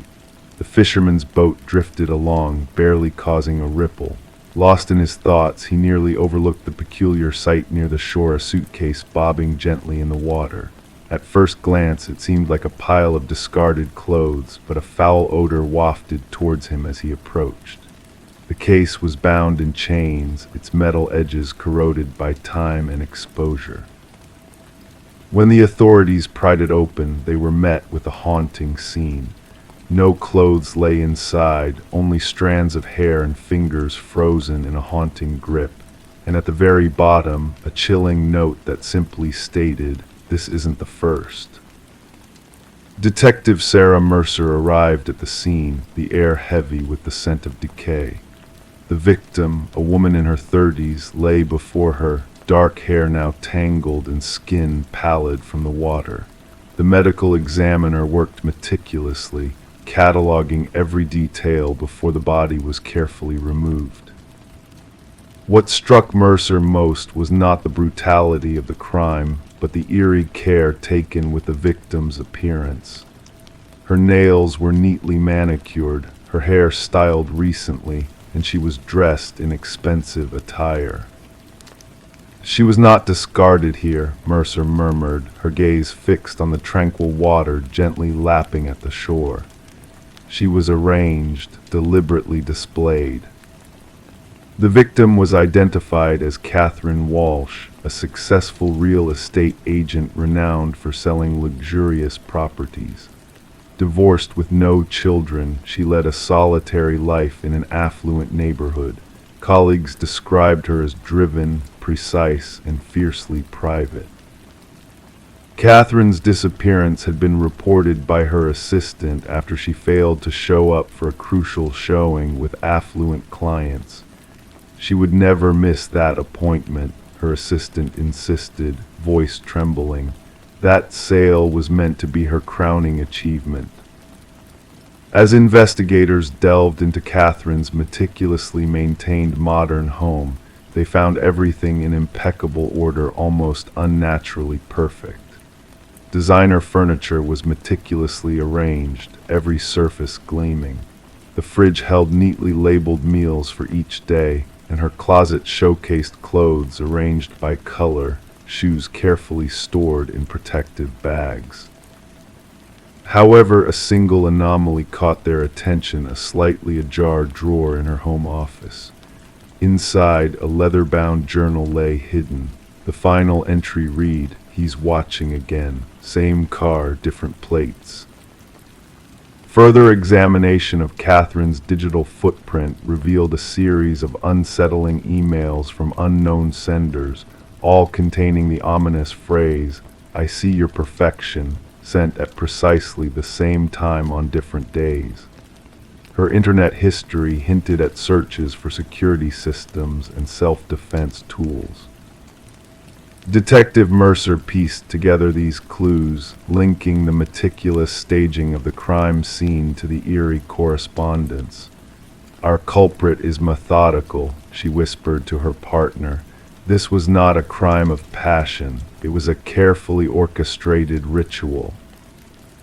A breakthrough emerged from an unexpected source, a local pawnshop owner who recognized Catherine's distinctive emerald necklace among the items pawned. The culprit was identified as Michael Linden, an unassuming maintenance worker with a penchant for blending into the background. Surveillance footage revealed Linden's repeated visits to Catherine's building, sometimes with his maintenance cart, sometimes without, always during times when she was away, showcasing properties. A search of Linden's modest apartment unveiled a chilling collection, walls adorned with surreptitiously taken photos of Catherine and other women, all sharing a striking resemblance. Some images were crossed out in red. Catherine turned out to be the third victim. Hidden behind a false wall in Lyndon's closet, investigators stumbled upon a meticulously arranged shrine. Each victim's personal belongings were meticulously laid out a hairbrush with stray strands, tissue stained with lipstick, keys, and receipts. Accompanying each collection was a small notebook detailing daily habits and preferences. The interrogation room fell silent as Lyndon was brought in for questioning. Despite his unassuming demeanor, his eyes held a disturbing intensity. Confronted with the evidence, he remained eerily calm. "They were flawed," he finally uttered, his voice devoid of emotion. "They pretended to be flawless, but I saw their imperfections." Catherine's desk drawer was always in disarray. She missed a spot when applying her lipstick. Her perfection was a facade. The search for the first two victims mentioned in Lyndon's note led investigators to remote areas where two more suitcases were discovered. Each contained a woman resembling Catherine, real estate agents who projected an image of meticulous perfection. During the trial, Lyndon sat motionless, his expression vacant as the prosecution unraveled his chilling methods. He had stalked each woman, meticulously studying their lives before correcting what he perceived as imperfections by meticulously grooming them and dressing them in their finest attire before ending their lives. As the judge sentenced Lyndon to life without parole, the victims' families watched in solemn silence. For Detective Mercer, the case was officially closed, but haunting questions lingered. What drove Lyndon's fixation on these particular women? What inner flaw was he trying to erase through his twisted acts? The river continued its unhurried journey downstream, carrying away all traces of the horrors that had transpired. Yet in the quiet of the precinct on Mercer's desk lay copies of those unsettling notebooks, a stark reminder that in the facade of ordinary lives, darkness may lurk beneath the surface. And sometimes the most dangerous predators are those who blend seamlessly into the world, patiently watching, waiting for a single flaw to expose itself. Story 24, The Mystery of the Whispering House. She had a desire to refresh the nursery's appearance before the little one's arrival. The walls wore a faded blue hue, a color that seemed to hold the weight of time and untold tales within its layers. As she carefully applied the first coat of white paint, a hidden surprise emerged from beneath the faint outlines of letters, gradually becoming more defined and legible. A message etched beneath the surface. "Don't let it hear you." A gasp escaped her lips. Stepping back, she noticed something peculiar: tiny handprints imprinted in the fresh paint, positioned too high on the wall for any child to reach. The revelation in the nursery of the Morgan residence marked the commencement of what would later be dubbed the Whispering House case by investigators. The young couple had acquired the Victorian-style home just months prior at a remarkably low price. The real estate agent had made passing mention of minor cosmetic issues, failing to disclose the property's shadowed past. Detective Sarah Klein, holding her notebook, pressed the doorbell. A woman answered, her pregnant belly clearly visible under paint-stained overalls. Dark circles framed her weary eyes, evidence of sleepless nights. The detective observed the woman's trembling hands as she recounted the unsettling discovery of the message and handprints. "The previous owners departed abruptly," the woman explained. "Neighbors claim they vanished in the dead of night. No moving truck, just essential belongings packed into their car." In the eerie silence of the historic home, Detective Klein's footsteps echoed on aged floorboards as she made her way to the nursery. There, she examined the wall partially painted over, the cryptic message still visible where the paint job had been abandoned. Beside it, 5 small handprints left in the wet paint, positioned at a height far beyond a child's reach. Back at the precinct, Detective Klein delved into the property records. The house had changed owners 8 times in 3 decades, an unusually high turnover rate. Each family had stayed for less than 2 years. More troubling were the child welfare reports linked to 3 of those families. Children spoke of whispers from the walls and a sensation of being watched as they slept. The detective delved further, requesting construction records and historical documents. The house had once belonged to Alina Blackwood, a wealthy widow who ran a small orphanage on the premises during the early industrial era. Newspaper clippings reference the disappearance of 5 children under her care. Authorities at the time assumed they had run away, a common fate for orphans of that era. Upon Alina's passing, workers renovating the house uncovered a sealed room hidden behind the nursery wall. Inside, they found belongings of children, tiny shoes, toys, and clothing, but no trace of bodies. The case went cold, consigned to dusty archives. Interviewing former residents, Detective Klein pieced together a chilling narrative. Each family with children reported eerie incidents, toys moving on their own, childish laughter echoing through empty corridors, and crayon sketches materializing on walls.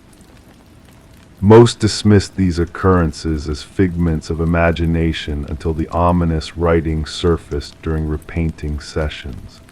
The message varied slightly in each account. Don't let them find you. Don't make a sound. Don't let it hear you. Always the same handwriting, always unveiled during nursery repaints. A linguistic expert scrutinized photographs of the writing, confirming a match with samples from Alina Blackwood's journals. More unsettling were the handprints uniform in size and placement over decades, despite different children inhabiting the home. The investigation took a macabre turn as the detective persuaded the current owners to permit ground-penetrating radar in the basement. The technician flagged anomalies in the readings, 5 distinct shapes beneath the concrete floor, each resembling a child's size. Breaking through the concrete, they made a chilling discovery. 5 small sets of remains arranged in a circle.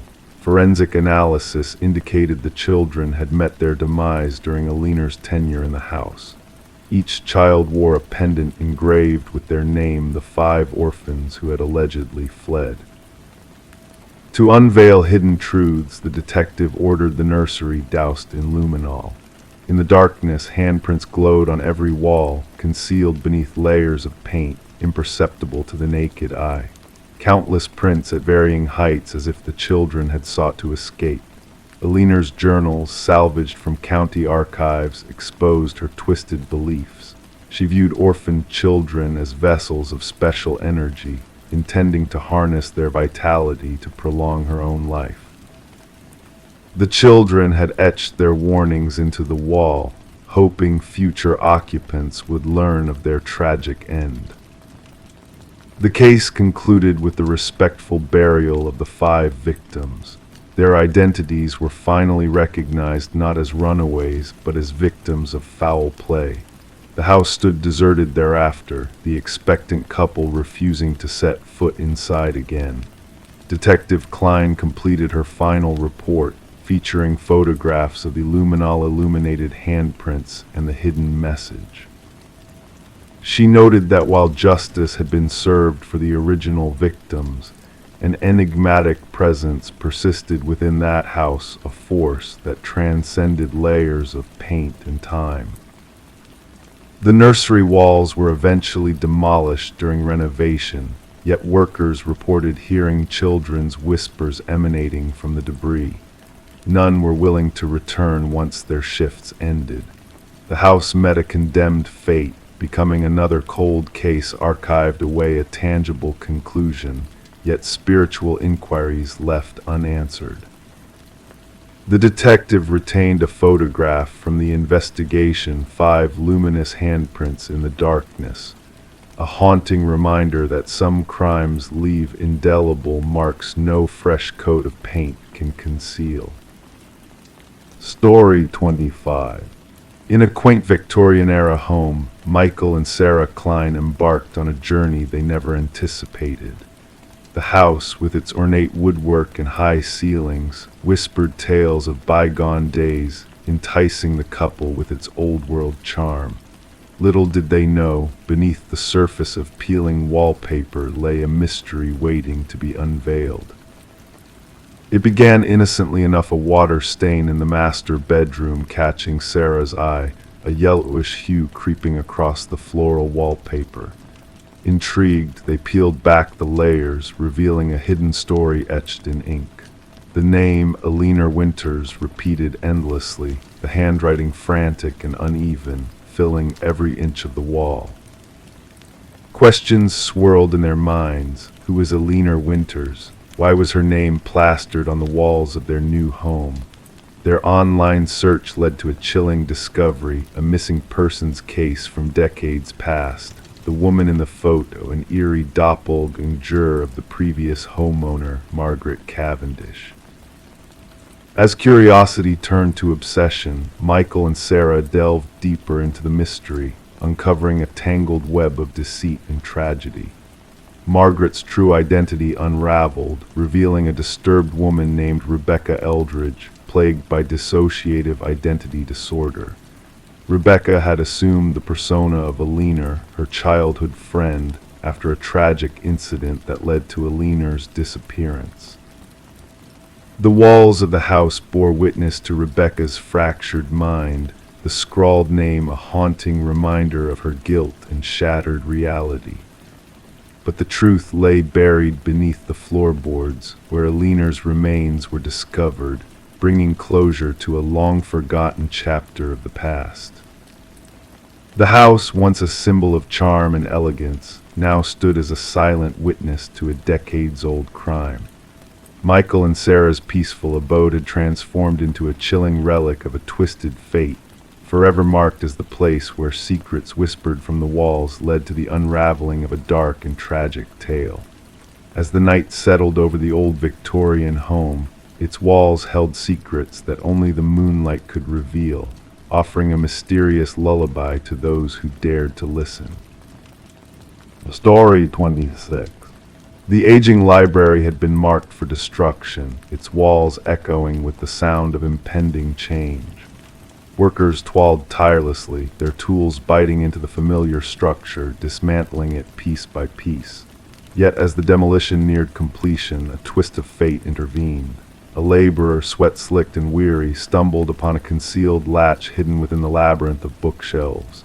With a hushed click, the secret mechanism yielded, unveiling a clandestine passage leading to a forgotten chamber. The air within was heavy, stagnant, a time capsule untouched by human hands for decades.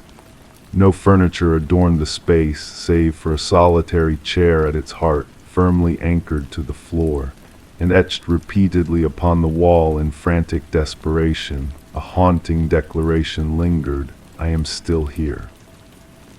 The foreman overseeing the project swiftly alerted the authorities, sensing a shift in the mundane rhythm of their work.